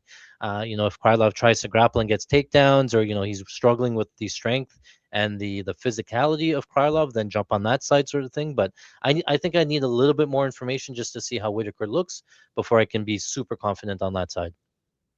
Yeah, I tend to agree with you. I said it last week too. We know Rob Whittaker has a huge issue with physicality when you watch DDP, RDR, things like that. Don't get me wrong. I don't think Krylov has the speed of either of those two guys, but size has just always been an issue. And if you look at pictures of Rob Whittaker on Instagram, it kind of looks just a little overblown at 205. So I'm not totally sure what is going on. Sounds like someone's vacuuming. I'm not sure. Drav, is that you? Yeah. All right. I don't know what's going on with Drav today. So unprofessional. He's turning off the camera, got the vacuum going. Don't know what's going on here. But yeah, for me personally, I don't know. If he gets close to a pick 'em, I'm gonna have to go with Rob Whittaker here. That's my boy. I've always been a Bobby Knuckles guy. I also think the speed and the jab will be there, being that he's coming up from so low. But I just don't know what Krylov has, and I didn't think I had Krylov money line against Bukauskas, and I still wasn't even happy about that bet because I didn't think he looked great. Kid, I have you go for this one. You went already? Yeah. Drav. Yeah, my bad. Yeah, I don't have the best read on this one. I think it's kind of hard to see how Whittaker's going to do at 205 because I think he's going to be more skilled than these guys. He's going to be faster than these guys. And I think Krylov is obviously washed at this point. His chin is not what it used to be. He's pretty durable. But, he's a massive 205er. Whittaker is not a big 185er and he's moving up here. They're both chinny. I feel like, under 2.5 is like -120, -125. It's probably better than just play that. I can see Krylov grappling, being maybe too much and finding a submission. I can see Krylov finding the chin. I can see Whittaker finding the kill shot. And if it goes 15 minutes, I'm honestly not sure how it's going to play out. I'll lean Whittaker, but yeah, it's little confidence for me. Whittaker is obviously the more skilled fighter, but I don't know what to think about this move up in weight class at this stage of his career when he's declining. So yeah, close fight. Not sure who's going to win it. I guess I'll lean Whittaker if anything, but I'm passing on this one. Art, what do you got? I already went. But yeah, I'll take Whittaker again. You take Whittaker again. All right. So that you're glad to hear you're with me. All right, main card, guys. Please like, comment, and subscribe. I'm going to leave all Art's information down below as well where you can find him. It's a big card. Art's making big money almost every year. So find him out below. Guys, like, comment, subscribe. That's all we really ask for. All right. King Green versus Terrence McKinney, 18-8 versus 35-17. Odds on these two gentlemen. Bobby Green is -1 or is plus 115. Terrence McKinney is -135. The under 1.5 on this fight is -345 on Bet Online. What do you guys think? Drav, I'll have you go first. Do you think Terrence McKinney gets it done early? Do you think this guy goes into the Bobby Green verse, or do you think we just play the under? How do you think this goes? Last week you were talking the over. What do you think? No, it's a McKinney under. Always, people betting the over for some reasons, but he's gonna knock him out. He's too fast, too powerful for King Green at this stage of his career, fighting with his hands down. And I think he's gonna get clipped early. And I could see if McKinney also subbing him, but my prediction is a first round knockout. If he doesn't find it in a couple minutes, I think he's getting finished himself in the end of round 1 or early round 2, as always. Bobby, he's on a little win streak. He looked good, but I do think that he's, when he fights someone dangerous, he tends to, his chin is not what it used to be. His reflexes are not what it used to be. Fighting with his hands down at 40 years old against a massive power puncher that's going to go right at him, trying to find a kill shot, just the under and chill with it. So, yeah, I think the under is one of the probably better parlay pieces this week on the entire card. All right. What are you thinking, Art? I kind of hate Terrence McKinney fights because it's always under 1.5. And again, I like to go contrarian. I don't necessarily bet the overs, but it's tough because he brings so much chaos. Sometimes the randomness is like exponential because he just enters the pocket and just swings and stuff, right? And Dravi really touched on it for me, right? King Green. Historically always comes down. He wants to talk shit in your face. He has those hands down. He's trying to bait the count. He's basically a counter striker and trying to do what Conor McGregor does was, he keeps the hands down. He's trying to bait the jab so he can come back over with the right hand, like sort of like a pull counter sort of thing. And, I think that's a bad recipe here for Terrence McKinney because Terrence McKinney won't just jab. He'll jab and he'll strike and he'll like throw everything at you, right? I think it's going to be that knee up the middle followed by the right hand that backs Bobby Green up. And then I think that McKinney can actually get takedowns here. So whether it's leg kicks, whether it's grappling here, I think that obviously McKinney round 1 is obviously mostly his path to victory, right? And the reason I say the grappling, right? Terrence McKinney's not really known to be a wrestler, but he does have a wrestling background. All that stuff, right? And I kind of look at who Bobby Green has fought, and I want to say that he hasn't really fought a ton of wrestlers, and he's gotten away with it. I was looking at some of the takedown defense of Bobby Green, right? And just look at the little 3-fight win streak that he has on Jeremy Stevens that came over from BKFC, who was like 40-something years old, not super impressive, right? Daniel Zellhuber's looking like a fraud now more and more every time he comes out there, right? And Lance Gibson, that was a very close split decision that could have gone either way there, right? So not giving him like a career resurgence here, thinking that he's so much better now. I think he's the same old Bobby Green that we know that relies on like volume, like footwork, speed, and just the countering sort of thing, right? So against Terrence McKinney, he doesn't even have that ability to push the pace, get in his face, push the pressure, right? Like McKinney's going to just gas himself out. It's not going to be because Bobby Green's in his face and like counter grappling or making it really hard for him sort of thing. It's just Bobby Green really has to survive the hurricane and the fire and really not get finished for him to really have a chance. At that point, I think you can just live bet Bobby Green at plus 200, plus 300 in that range. It might even be 10-8 round 1 if he survives. because I just have a hard time seeing Bobby Green like really putting a stamp on it. Could he catch him coming in? Sure, but Bobby Green's not really a power puncher either. Could he submit him? Sure, but he's not really a guy on bottom that can really submit him. I doubt that Bobby Green gets on top in round one, right? So it's Terrence McKinney all day. It's between KO or a sub. I kind of lean submission because I think that just the guys that Bobby Green has fought hasn't really, had that grappling upside. Like Jeremy Stevens, Zellhuber, Gibson, Ruffy, Jim Miller, Jalen Turner, Grant Dawson. Those guys are not really BJJ guys or wrestling guys. So I think that McKinney obviously has way more upside early. But obviously late, you're going to be looking at King Green. You don't want to be standing there with the Terrence McKinney card and the fight goes into round 3 or something like that, right? So I lean McKinney, and then I'll just live bet Bobby Green if he doesn't get finished. All right, that's a pretty good idea. What are you thinking, Key? Yeah, I agree with most of the rest of the panel here. McKinney's upside obviously is round 1 in every fight. Green, albeit very, very cool 3-fight win streak as you're hitting 40. I mean, it's really, really cool shit. But I think that he's outgunned here. I think the McKinney's going to find a KO in round 1. Line makes sense to me. This is very, very binary.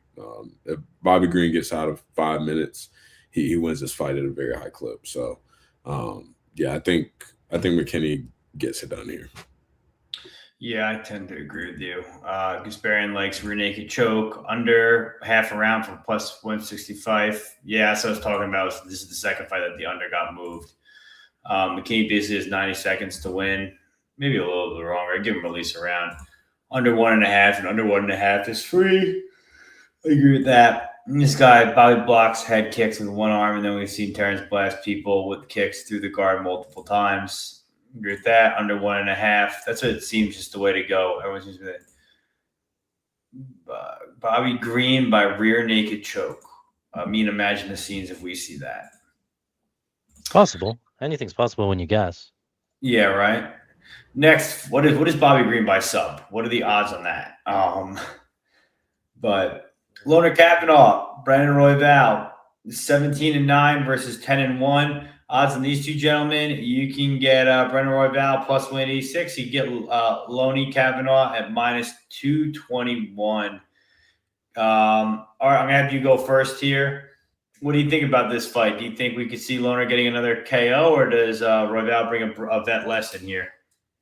Yeah, it's tough. I think the cat's out of the bag here with Kavanaugh. Now we're having to pay big juice minus 220 here. I was big on him against Moreno at big dog price. He took Moreno fight on short notice. Obviously a big step up in competition in Mexico City against a Mexican, and he looked really good doing it, right? And Loner Kavanaugh has been really impressive to me. He has obviously the striking background, but his grappling's not even that bad. His counter grappling, he can wrestle here, sort of thing. Brendan Royval is going to always be a favorite for me. If you didn't know, I was on the Brendan Royval versus Pantoja fight in the same game parlay. I won $82,000 from one fight.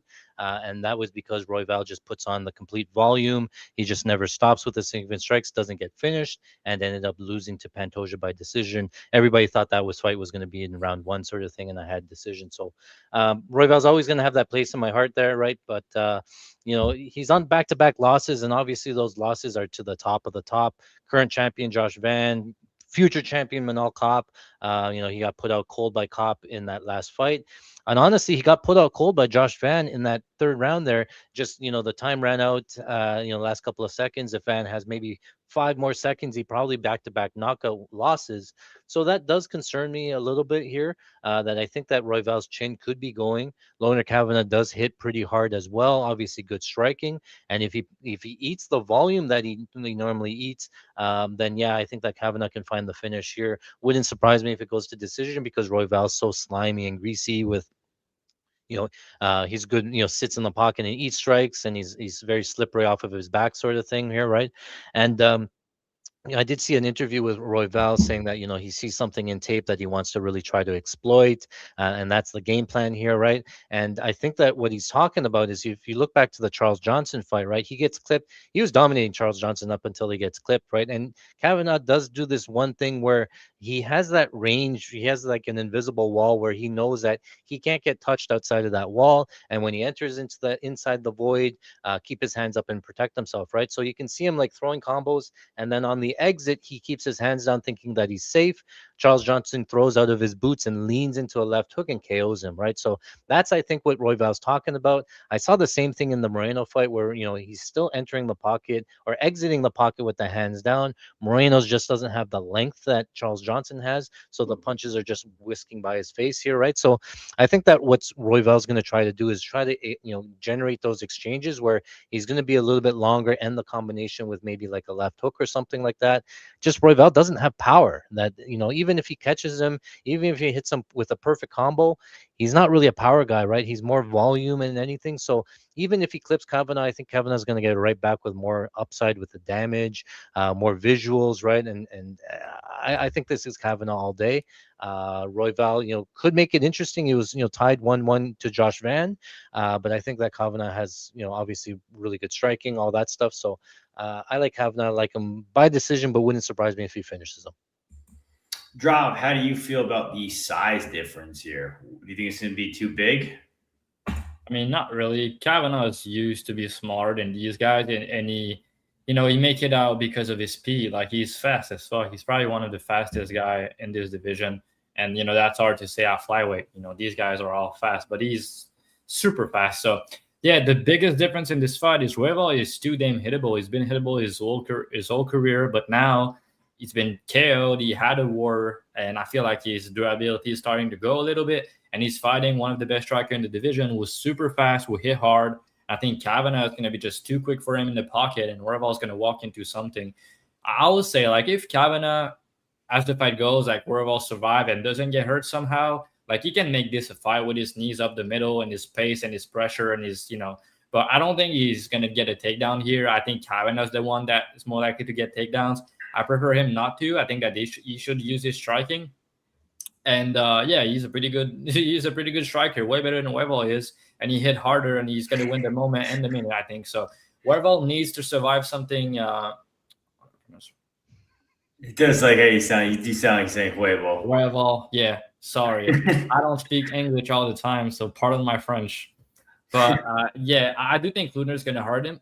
I think he's going to hurt him early on in this fight. I'm not sure if Royval's going to survive or not, but I do think that he's going to KO him personally. But I could see a decision here. Yeah, I think the lines are probably about right. What is this now? It's 212. Yeah, 212. Yeah, I think Clooney around, minus 250 to minus 300 makes sense. So probably it's still a bit of value, but I don't know if I would still play minus 220. I think, in the minus 200 and lower is probably the price to enter if you want to bet him.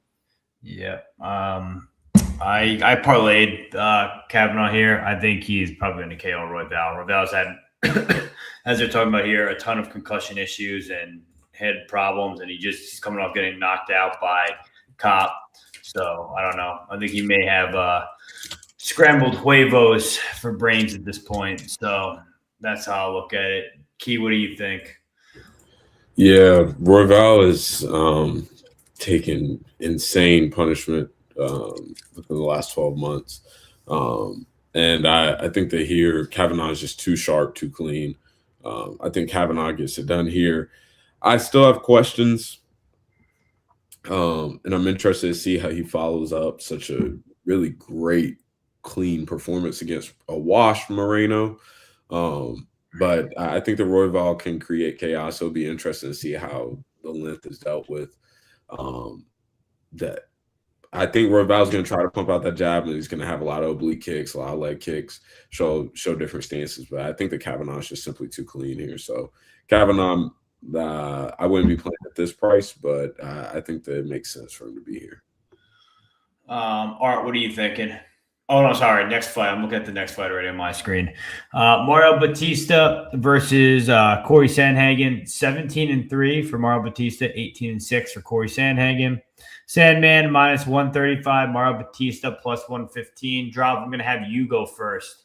How do you think this fight goes? You backing your boy? You going to be backing your boy Mario Bautista plus odds, or are you sticking with the Sandman here? I don't have a side here. I guess I'm not gonna give too much passionate breakdown. Probably more people than me have a better take here. I like Bautista. I love to bet on him when he's an underdog. I'm just not too sure how this fight's gonna play out. Honestly, I think Corey is a better striker, and I'm worried about the knee up the middle. I'm worried about the striking at distance with the head kick and stuff like that. But I do think Bautista is the better grappler. I think he's more likely to get takedowns. And win minute that way, and on the feet he's going to make it competitive. I just don't. I think it's going to be a close decision, a way or another, and I'm worried about Corey knees. But I think Bautista is the side, but I will need a better line to play him. I'll need like, I don't know, plus 150 or something, like something around that. I think Corey, around minus 140, minus 150 kind of makes sense for me. Because of his experience and the guys he's losing to and the level of competition and everything. But I do think Bautista has improved way more since their first fight, and I think he's a live underdog this weekend. But since I don't have the best read on it, I'm going to pass on this fight. Pick-wise, I lean Corey. Like I said, better striker. And I think that he's going to control distance pretty well. But, yeah, I'm not betting this fight at this line. I think it's pretty accurate. Yeah, so I'm actually playing Mario Bautista at minus 170 because I'm playing the spread here. This could be my spread of the week. Yeah, it's probably a lazy pick, but kind of went in the tape, and I think Corey Sandhagen edges out this fight and probably wins it just based off his skill set and the competition that he's faced. That being said, I do think Mario Bautista's improved since the last fight, and they're definitely going to make it close. So I don't know. It's minus 170 to have a close fight for Mario Bautista. I don't really see either guy finding a finish. I think it's going to go to like a close split decision. So that's just my thoughts. That's going to be my spread of the week. What are you thinking, Art? Yeah, I don't mind the spread, Pat. If you take a shot on Bautista plus 3.5, I do agree that it's probably close. I do agree that split's probably live. I do see them at very similar fighters, right? Longer, rangier, good striker, good grappling. I will say that Mario Bautista is probably more likely to try to grapple. I just don't know if he's going to have success holding Corey Sandhagen down. Corey Sandhagen, very squirmy, very slippery, went on bottom. There's a reason that Merab, got 20 takedowns on him, but he pops up every single time, right? So Merab's obviously not the best control guy. That's why he has so many takedowns. But historically, Corey Sandhagen's always been pretty scrambly. I doubt that Mario is going to hold him for long periods of time. If he gets a takedown, he probably gets right back up again. And then I kind of favor Sandhagen a little bit more on the feet. I just think he's slightly a little bit better. Just more rangier, more kicks, better distance management with the feet. I think Mario Bautista's more hand sort of thing. So I do think that it can be close, both volume-wise. I agree that both guys probably don't finish. I think Corey probably has the finishing upside here, and he also has some leg lock finish upside, right? If there is a grappling exchange or scrambles here, Corey does like to go for those knee bars and leg locks and heel hooks sort of thing. So that's a caveat. Those are probably low percentage finishes, right? And then Mario Bautista can get to the back. His back take is pretty good. His backpack and rear naked choke are pretty good. But again, I think that Corey Sandhagen is good enough to at least nullify the submission game, take the fight to decision sort of thing, right? So I'm picking Corey. I think it's going to be Corey decision. But again, it wouldn't surprise me if it goes the other way. Wouldn't surprise me if there's a finish on the Corey side, but it probably goes to Corey decision here. Key, what are you thinking? Yeah, I think the line is like literally perfect here. Sandhagen has more finishing upside. I backed him against Merab, and seeing Merab turn into fucking Mike Tyson. Damn near KO Sandhagen after Sandhagen talked all that shit about Merab not being able to hurt him. Merab almost had him out of there, and that was a bad look, and then proceeded to get dominated rest of the fight.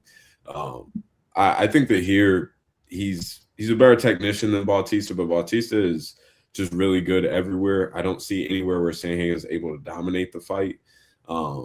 And I'm not sure if he's gotten a lot better with Trevor Whitman.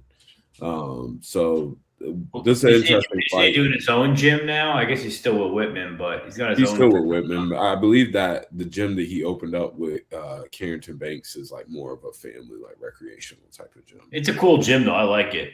Yeah, it's like Tiger Beetle or something. Tiger Beetle, yeah. Yeah, Sandhagen by decision, 29-28, Sandhagen. Yeah. Robert and Corey is what has me silent, Mario. I love this shit. That's probably one of my favorite quotes with Dan Hooker as well. Last time Bautista had him down, he got armbarred. That's fair. At this number, I thought he got a Kimura. I didn't know he got armbarred. I thought it was Kimura that finished him. Armbar.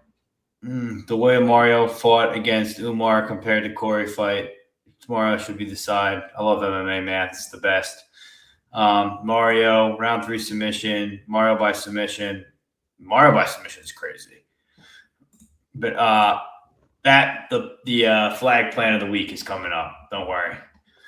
My favorite Dan Hooker quote was when he was fighting Arman Sarukian, and he's like, "Fuck that guy. He probably takes a shower and then takes a shit or something." Yeah. Yeah. Dan Hooker he's an interesting guy. He's got great quotes. He's got an interesting lifestyle going on. I don't know what you do with a guy like that. There's nothing you really can do. He fits the profile of a cage fighter.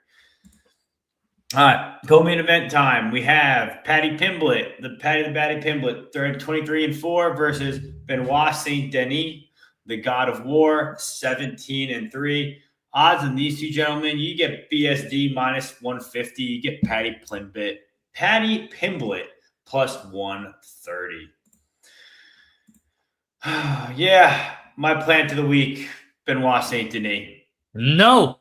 I don't like this. We are talking about a man who has seen war and killed someone, and then we're getting a guy with fake competition in the UFC, clear wrestling upside, clearly wants it more. So I convinced you on the early Paddy, whoa.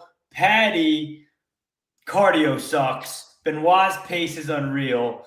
I went back. We talked about the submissions and the points you made about the submissions, none of them being front chokes. I went back and watched him get out of Dan Hooker's front choke, Poirier's front choke. Was like, okay, we see that there. So, it's Benoit Saint Denis. I got the minus 122 price. Favorite bet of the card. I think he wins inside the distance. I think he breaks Paddy. And you know what? People are talking KO. I think he subs Paddy.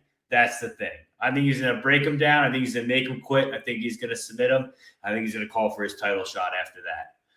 So you're basically saying my breakdown from last week and acting like you're sharp, but it's okay. Okay, so now that you agree with me, you don't have to go. We can do it together. You didn't even know he was a better wrestler last week. I said that on the podcast. I'm sure people remember that. You were not sure about this. Well, actually, let me change that. So time out. Actually, I think his initial shots in that Dan Hooker fight were terrible.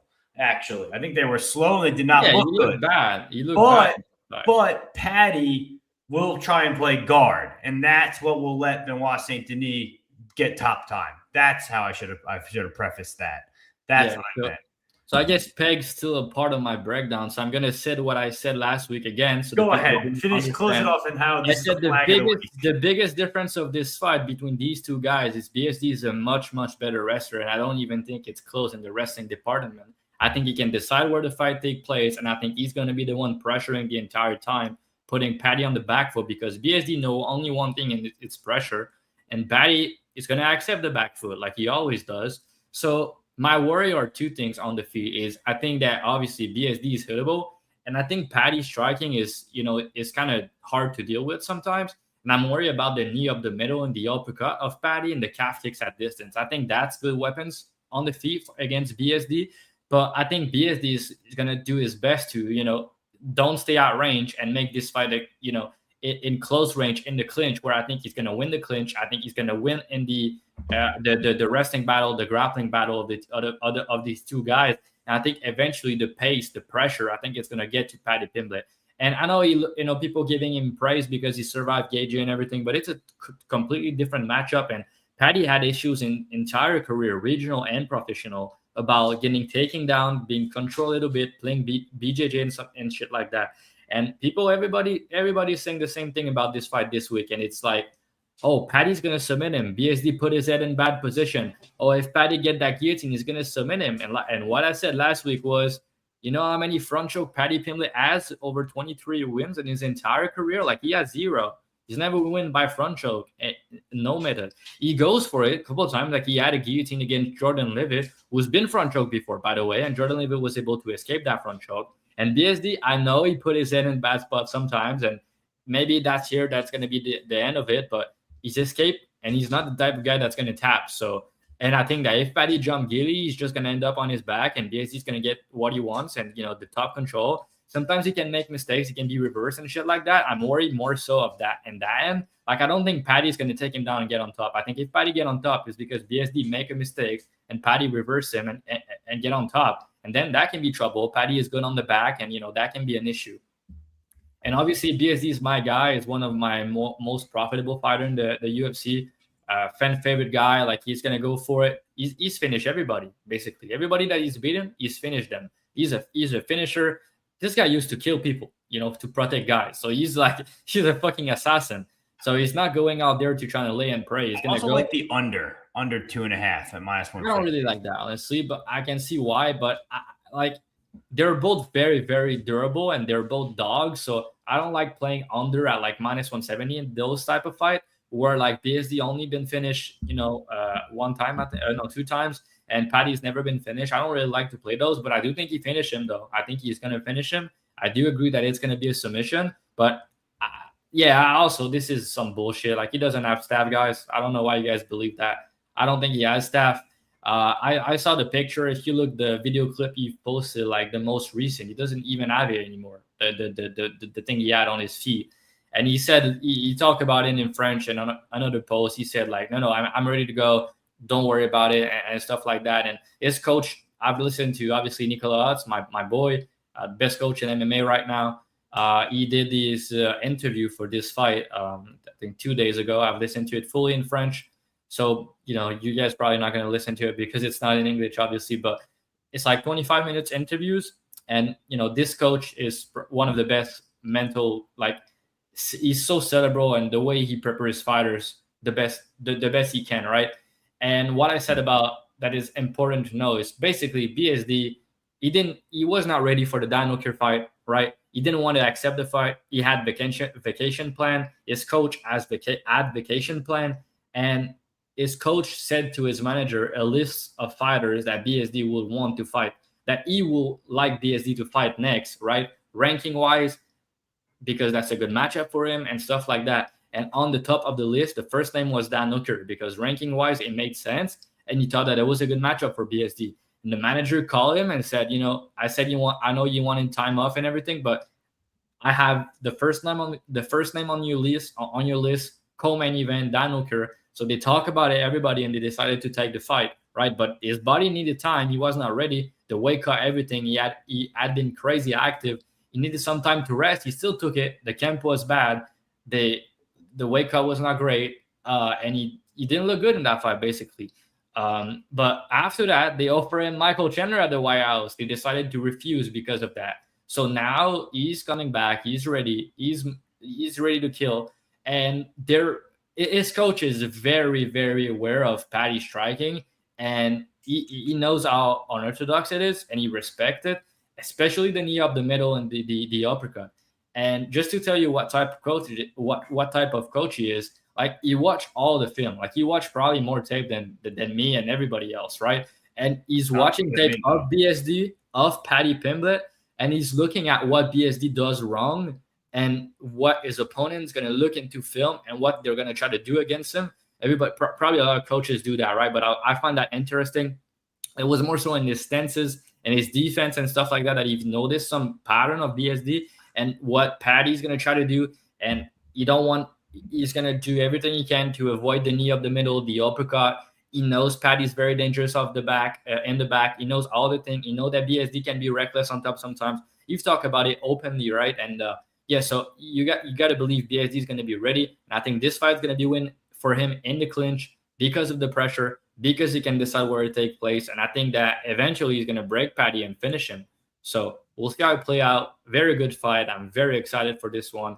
It's one of probably my best fight on the entire card. Like they both have a lot of hype. Paddy's a big name in Europe, and he has hype on him still, even with his last loss. If he lose this fight, it's gonna go downhill. And for BSD, if he win it, it's 5 in a row. And especially if he wins by finish, he's gonna have a big fight next. And the other thing is, like, I don't like backing fighter when they just lost the opportunity to fight for the belt. The momentum, it's all on the BSD side. It's important to look into this too. It's not like fading the hype or something like that. It's just the career trajectory on these two guys. Paddy just had his dream taken away from him and said, basically, you're not that guy, right? And BSD had his downfall, and he came back and he looked career best outside of his last fight. And now he's one fight away probably from a title shot, or 2 fights away. So momentum, career trajectory is all important in MMA, and it's on the BSD side. Look, going into this fight. And Paddy's a big dude, but BSD is fucking massive, man. He's strong as fuck. And I think he's going to get a hold of Paddy and slam him on his head and beat the shit out of him from top position. We'll see if Paddy can survive. All right. Art, how are you feeling about this? It's going to be tough to go after that, Dravi, but we go head to head often here, and it's not a strong take, but I'll give you some reasons for the Paddy side, and you pretty much touched on it, right? And coming into the tape, I thought I was going to be all BSD because of those reasons that we talked about, right? So the first thing I do is I look at the takedown defense of Paddy. Can you really stop the takedowns? Can you keep the fight standing? All that stuff, right? So it might be a little bit long, but let me get into it here, right? He gives up 3 takedowns to Justin Gaethje. Those don't really count because Justin Gaethje was just getting the neck, like he was in the scramble, and they're more snap downs. They count them as takedowns, but there is no intent for Justin Gaethje to get to the back. But again, gives up 3 takedowns to Justin Gaethje. Gave up 4 takedowns to Michael Chandler. It is concerning that Chandler gets to the back and get on the back, right? And but he got too high. Paddy has a decent rear naked choke defense where he just gets high, he tripods, and the guys fall off, sort of thing, right? Bobby Green, they credited him with the takedown, but it was because Paddy threw the leg kick. Bobby Green fell down and just grabbed the legs. Same sort of thing where Paddy goes for the guillotine, so he gives the takedown to Bobby Green, but it's more just Paddy looking for guillotines, right? Against Jared Gordon and Jordan Levitt, he did give up 3 takedowns each, but half of those takedowns were because, again, Paddy's either going for like a modified anaconda or a guillotine where he's actually like accepting the position. Normally, when he tries to defend the single leg, double leg against the fence, he's actually pretty strong. His takedown defense is actually pretty good, right? And you guys talked about the offensive wrestling for BSD, right?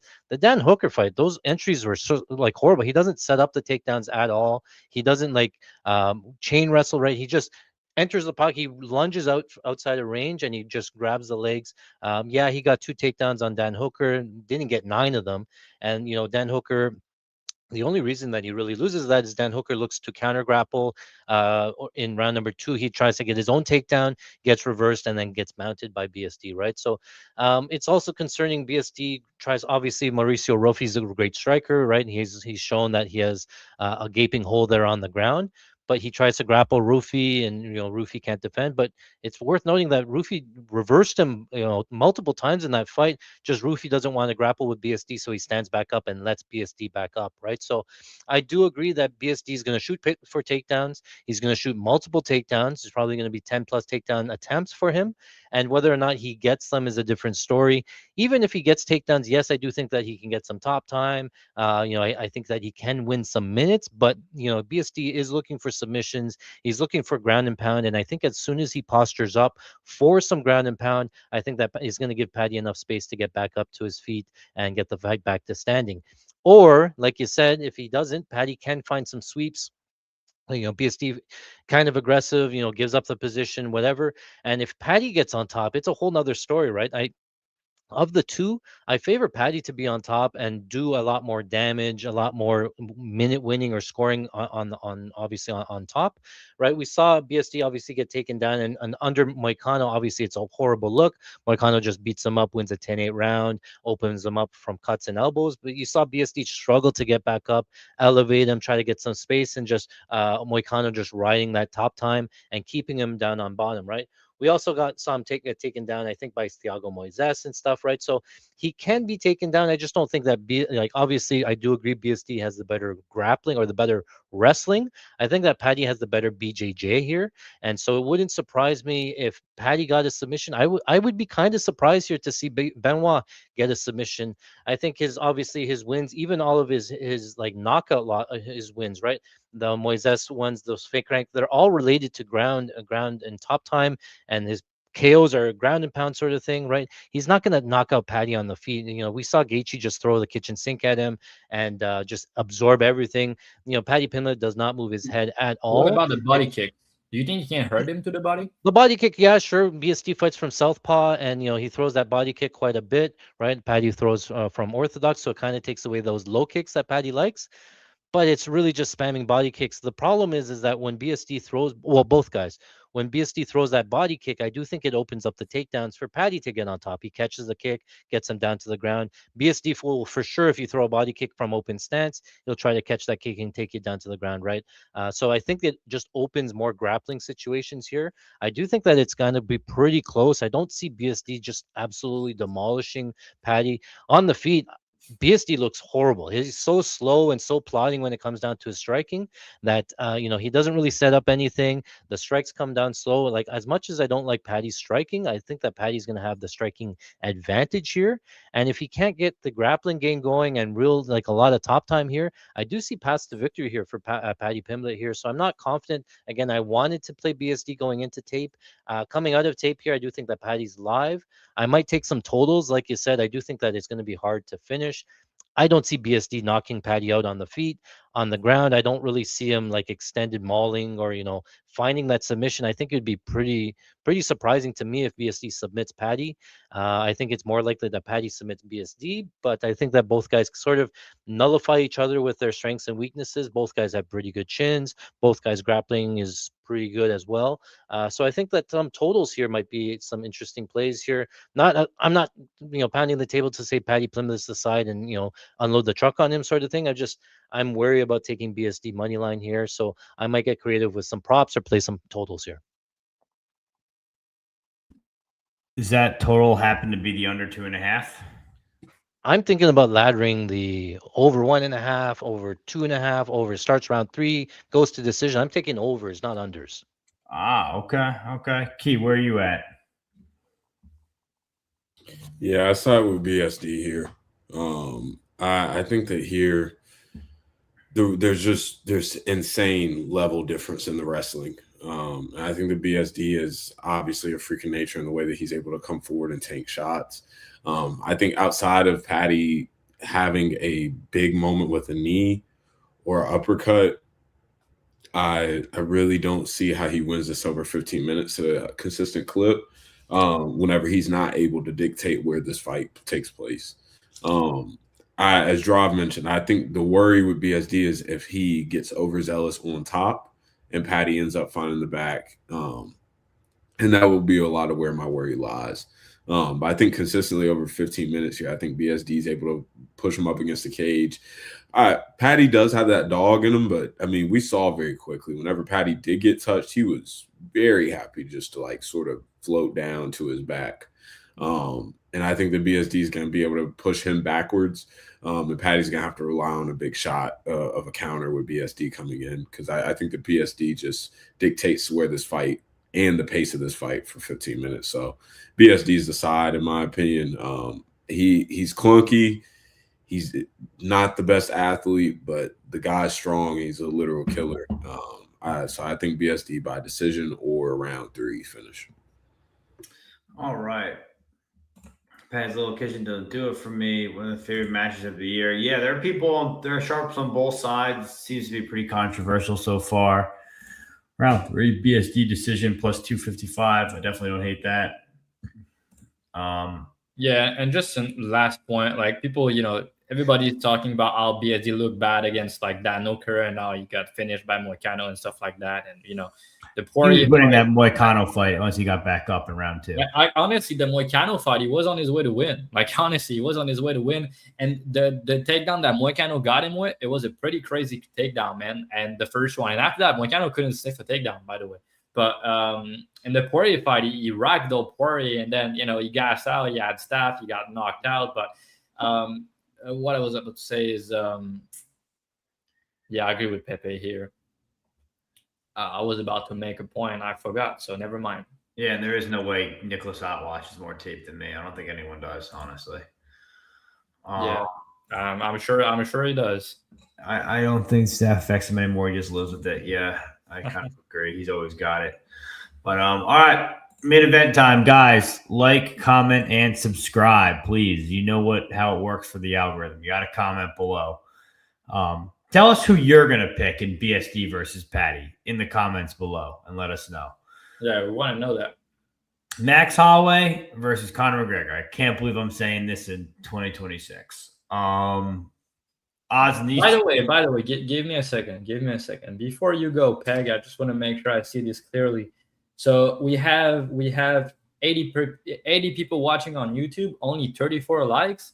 Come on, boys. Like, artists on the podcast, first-time guests, giving you guys bets, break down everything. We're doing the same. We're having some fun. We're having some laugh. Just like this video, subscribe to the channel, and then we're going to break down the main event for you guys. But we need to bump that likes to at least 50. I don't ask this too often, but I mean, only 34, 80 live. Come on. That is crazy. Already 39. All right, that's better. So yeah, maybe now we're gonna do a breakdown of the main event. So we're not at 50 yet. So the only thing you can have for now is Peg breakdown. So Peg, you can go first on it. When we get to 50, perfect. We're gonna have the 3 sharp going after. It's just what everyone wanted. Okay, this is an easy Max Holloway spot. Yeah, I mean, I just told you earlier in the podcast about the prediction markets. Now they just posted a video of like Conor getting the first look at the arena, and they did like a video of like the king is here.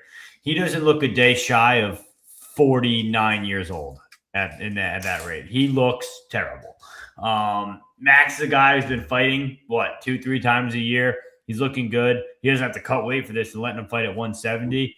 I do have concerns with how Holloway looks with some of the punches he took, getting knocked out by Topuria, getting rocked a little by Dustin Poirier, getting rocked a little by Gaethje. But you know what? He does recover well.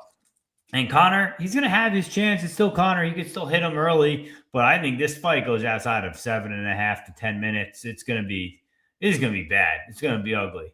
It's going to be kind of like Poirier said. It's going to get bad. So that's just how it's going to go. I think Max beats him up. I kind of looked at this line earlier in the week and was like, minus 200 seems like a gift, because if it goes to round 3, it's going to be like minus 400, maybe higher.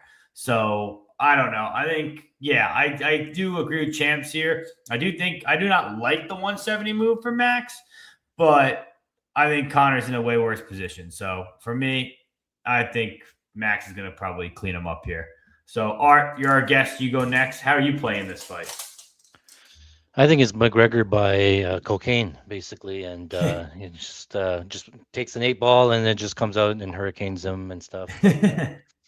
Yeah, I don't know. There are memorable spots throughout the years in my gambling career where I remember just absolute gift lines. Right, the ones that come to mind are like Conor McGregor versus Floyd Mayweather, Jake Paul versus Mike Tyson. And now it might be Max Holloway versus Conor McGregor and stuff, right? And I'm saying this all week. This is pros versus Joes. You're going to get all the casual fans coming back to watch the return of McGregor. Just like Mike Tyson, everybody's going to throw $50 on Conor, $100 on Conor, right? And you can see even the books, they're begging for Holloway money. I think that some of them will just take a stand and just take all the Conor money they can get. And it's tough, man. Like, even Conor in his prime was struggling with these guys, right? And losing these fights back to back. And you haven't seen him now in 5 years. He's been doing so many extracurricular activities. He's all these like different drug allegations, rape allegations. He's getting to fight with like DJs and old guys and, you know, beating on girls and stuff like that, right? So now he's found Jesus. So I don't know how that affects him, all that stuff, right? He got dropped by Proper 12 and he was doing movies. So, you know, the last 5 years, how much of that time was in the gym? Maybe what? 10, 2%, 3%, not even. Like, how serious is he taking it, right? And obviously he's coming back. He openly admitted to taking like you know, performance, and not a performance, but like steroids. You know, after he broke the leg, they put titanium in his leg, and then he needed steroids to help with the recovery. He got super jacked because of it. You know, and now, yeah, he's on back into the system and he's tested cleanly, all that stuff. But historically, you know, he's reliant on a big finish, like a big knockout. You know, historically, he's been really good at, you know, his pull counter, really good footwork. Obviously, fights from southpaw, that left straight down the middle, right? And now moving up in weight class, putting on that muscle, he doesn't get that speed, that footwork advantage that maybe he would have had in those days, right? So I think that he comes out actually pretty tentative here. I think that he kicks a lot. He wants to stay at range and doesn't really enter the pocket and force the fight. I do think that this fight could go long. He's probably scared to death about gassing, so you probably see a little bit more of a tentative Conor McGregor, especially early. You might probably get a better live line on Max Holloway after round number 1. If you guys don't remember, Floyd Mayweather was pick'em to Conor McGregor after round 1 in that fight, in the boxing fight, because, you know, Mayweather let him just circle around or whatever, right? But he could get to pick him here, and then you just smash the Holloway live button. But I have a hard time, you know, if McGregor's reliant on round 1, round 2, round 3 KO to finish somebody like Max Holloway, who's been insanely durable his whole career, never really been put out except for Ilia Topuria, and that took Topuria 3 rounds to finish him. You know, he's never really been dropped, never really given up the knockout before the Topuria fight. Went 5 rounds with Oliveira on his back and stuff like that, right? So I have a hard time seeing how McGregor finishes him. Like, obviously he can catch him, but he's down to like a puncher's chance at this point, right? And I think that all the casual fans just see the name and will bet him. I think it's going to give us a better spot on Holloway. I was going to take Holloway minus 350, and I knew, you know, the fanboys would come in and drop this line, so I've been watching it. You know, 275, 250, 210. I fired at 210. And I do think that it's probably going to get a little bit better by fight time, so I'm going to keep watching it. But this might be one of those gift line spots for me.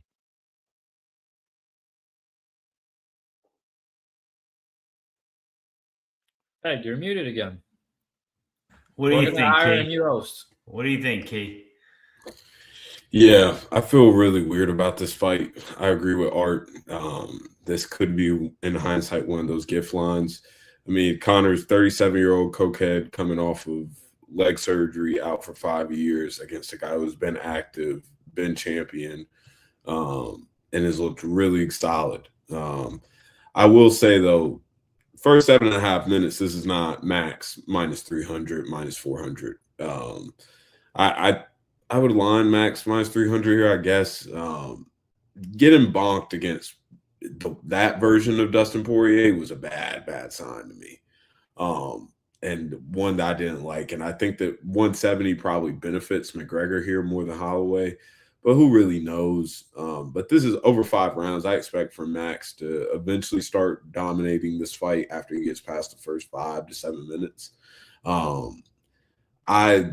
I want to live in the fantasy land that McGregor KOs Max and then calls for a fucking title shot against Gaethje, but I think that here Holloway round 3, 4, 5, I think he finds a KO. If McGregor struggling with Diaz, still will never look good to me. Holloway is like a Diaz bro souped up, and I think that Holloway is going to take control of this fight here. So I wouldn't be surprised for Holloway. I saw some people looking at the sub angles too, as Holloway's attempted a couple front chokes. I wouldn't be surprised to see that either. I think McGregor would be fast to tap if it did come down to that. So Holloway by finishing rounds 3, 4, 5. And Drav, close us out. Yeah, I hope Conor win. It's way more interesting if he does, honestly. I hope he wins. I'll say, like, Max, he doesn't look good moving up here. I don't think he's a welterweight. I don't think he should be a welterweight whatsoever. He look old as fuck. And my worry about backing him at minus 2xx here is his durability starting to go. You know, we're talking about a guy that had an iron chin, never been dropped, never been hurt, right? And now we're talking about, you know, being dropped by Gagey. Even in the fight he dominated, he got flash knockdown in that fight. He got dropped and knocked out by Topuria. He got dropped and hurt bad by Poirier. Then Olivier Rafari was grapple fuck, right? But at the end, when they stand and bang, he kind of got wobbled a little bit. So now it's like almost 4 fights in a row, he get hurt. And then he never got hurt before. He's getting older. He had a ton of wars. So I feel like it's starting to catch up to him. And, Conor is like the last thing to go is power. And he hit hard, man. He hit hard. He's precise. He's fast. And he's always going to be live early for me against pretty much anyone. And always he's there to be hit. He's hittable, man. So I think that Conor has a chance to knock him out in the first 2 rounds. If he doesn't, obviously 5 rounds favor Max all day. But I do think Conor is live early. And I think that Max is going to finish him late because Conor is going to gas if he doesn't get him early. But, I want him to parlay Max. I ended up siding with, just don't go the distance. I do think this fight go 1 or 2 way. Conor first round KO or maybe second round KO or Max 2, 3, 4, 5. I don't know. But Max going to win probably, right? Don't get me wrong. He should win. Momentum, current trajectory, everything. But again, he just got dominated in his last fight. It was grapple fuck, I know. He already lost to Conor in the past. And the way Conor talked this week, the way he looked, the way everything, it looked like he's back, man. I really do think that he looked like that, but I'm not going to, fall into the trap because I feel like it could be one and, people are going to fall for it and believe him and bet him. I'm not going to do that, but I'm also not going to write him off completely because the way he's talking and everything looked like he might be back, but he's whole and he's on a 5 years layoff with all those injury and stuff like that. So it's going to be hard to come back and win a fight after that, but he's still going to be live for a knockout, man. I really do believe that against a guy that's going to be hittable, a guy that's been dropped and hurt and KO'd recently. I think he's live to catch him early, but realistically, I think Holloway is going to finish him later in this fight.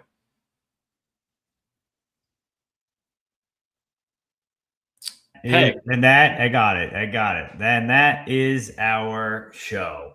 I was actually just looking at my phone. Are you guys seeing this Charles Johnson versus Dan from Half the Battles Twitter thing? Yeah, I saw that. Bro, this is crazy. This is crazy. How do you line it? How do I line it? I mean, I don't know. I don't even want to get into bigger that. than Gable Steveson. Yeah, bigger than Gable Steveson, probably. Could be a generational wealth spot. That being said, Tommy via Peso Yanez, Alberto. They're talking about all these lines. Yeah, Dirty Rags is 5-way from 5. No, I don't think. My prediction is Max to win this fight. I think Max is going to finish him. But you think Max? I don't know, man. I just have a fucking weird feeling about this fight. I had a weird feeling all week. I think 170 doesn't make sense. This guy in the comments, and I don't know who this is or what any of that means. That's a fanboy peg. It happens. Sometimes you have some fans now. Borderline uncomfortable. Okay. Borderline uncomfortable. This speaks to me as well. 2, 3, 4. I do think it's a good way to play it. I agree. Let me ask you. Nobody sees a Max decision here, and there's no way that this goes to decision. If it does, I favor Max. Obviously, yeah. What does a Max decision line even look like? What do you mean? Well, it's plus 600, but what do you mean? How does it get there? Yeah, I guess because what do you see Conor? What do you see this fight looking at? Say the bell rings and we're starting round 4. What is this fighter even looking at? My answer to you, Har, will be without the 5-year layoff, maybe, but with the 5-year layoff and the fact that he was already gassing before that when he was in his prime, he's gonna for sure gas after maybe 10 minutes of this fight maximum. And with Max, if he has someone gas in front of him, the way he push, the volume, the pace, the pressure and everything over 5 rounds, in 3 rounds, I would say yes, it could. Yeah, I could see a decision for sure. In 5 rounds, it's very hard. Not impossible, obviously, because maybe Max respect Conor, doesn't, try to, or maybe Max get hurt early and then, play it safe after, kick at distance and stuff like that. But man, it's hard for me to picture this fight going the distance. It really is. Okay. What do you think? Yeah, I'm leaning overs. I get the whole kind of gassing stuff, but it's more narrative based, and it's hard to make assumptions from a fight that we've seen 5 years ago. You don't really know what he's doing. I agree, 5 years off is completely, I would assume that he has no cardio, right? But it's just an assumption. I Nobody mean, knows for sure, right? And I he's mean, it's on, not really because he was gassing in his right. prime. But Yeah, now he's on cardio should be steroids good. and he's completely, whatever. He's, taking an 8 ball before the fight and he can go nonstop. I don't know, right? I'm just saying But they've everybody's they've been saying KO. testing him like crazy. He's not on anything right now. I don't think like his body's back to normal, and I think he's the most tested fighter in the last couple months. I think he's not on any sauce. And I guess I will ask you this: do you think his cardio was more likely to be better like 6-7 years ago when he was Yeah, 30 years old in his prime, or now after 5 year layoff? I think let it's me, way more yeah. likely to be worse now than it was before. That's my thing. Again, But yeah, I don't disagree. I don't think I've ever bet on Conor McGregor any fight that he's fought because that's always been a glaring hole for me. I'm just saying everybody is saying KO, and I'm like, ah, hey, what are you man. doing? Yeah, for me, I You're think on your there's Twitter a right now. possibility. Yeah, I'm trying to. I want to see this. Supposedly, these two are fighting right now, Dan and Charles G. Yeah, we're not gonna go. We're not gonna go listen to Holy this shit! podcast. This is crazy. All right, guys. So thanks for watching. You know where Peg is gonna go after this podcast. Holy shit! Peg, you know where you're gonna go after the pod. We all know. But yeah, Hard, thanks for coming on, bro. Always a Yeah, pleasure try to talking figure out how to with turn you. this off. And I'm sure Peg's gonna have your info in the bio. So guys, you already probably know Hard, but if you don't, he's posting bets on Twitter every week. He has his own YouTube channel. So go follow him. And Hard, the floor is yours if you want to talk to the people. Thanks, boys. Yeah, for having me. Obviously, I'm a diehard UFC fan. Been watching this sport, following betting on it for like 20 plus years, sort of thing. Been doing actually really well. Last year, I had a record-breaking year. Almost broke 400 units. I got stopped right at the end there, so I ended up 370 units last year. 26% ROI. This year, not as good. We're only up about 100 units. 11% ROI, but obviously that's pretty good. It's because we do a lot of tape study, we do a lot of film study, and I'm part of Fighting Stats. So if you haven't heard of Fighting Stats, we have exclusive UFC stats that nobody else has.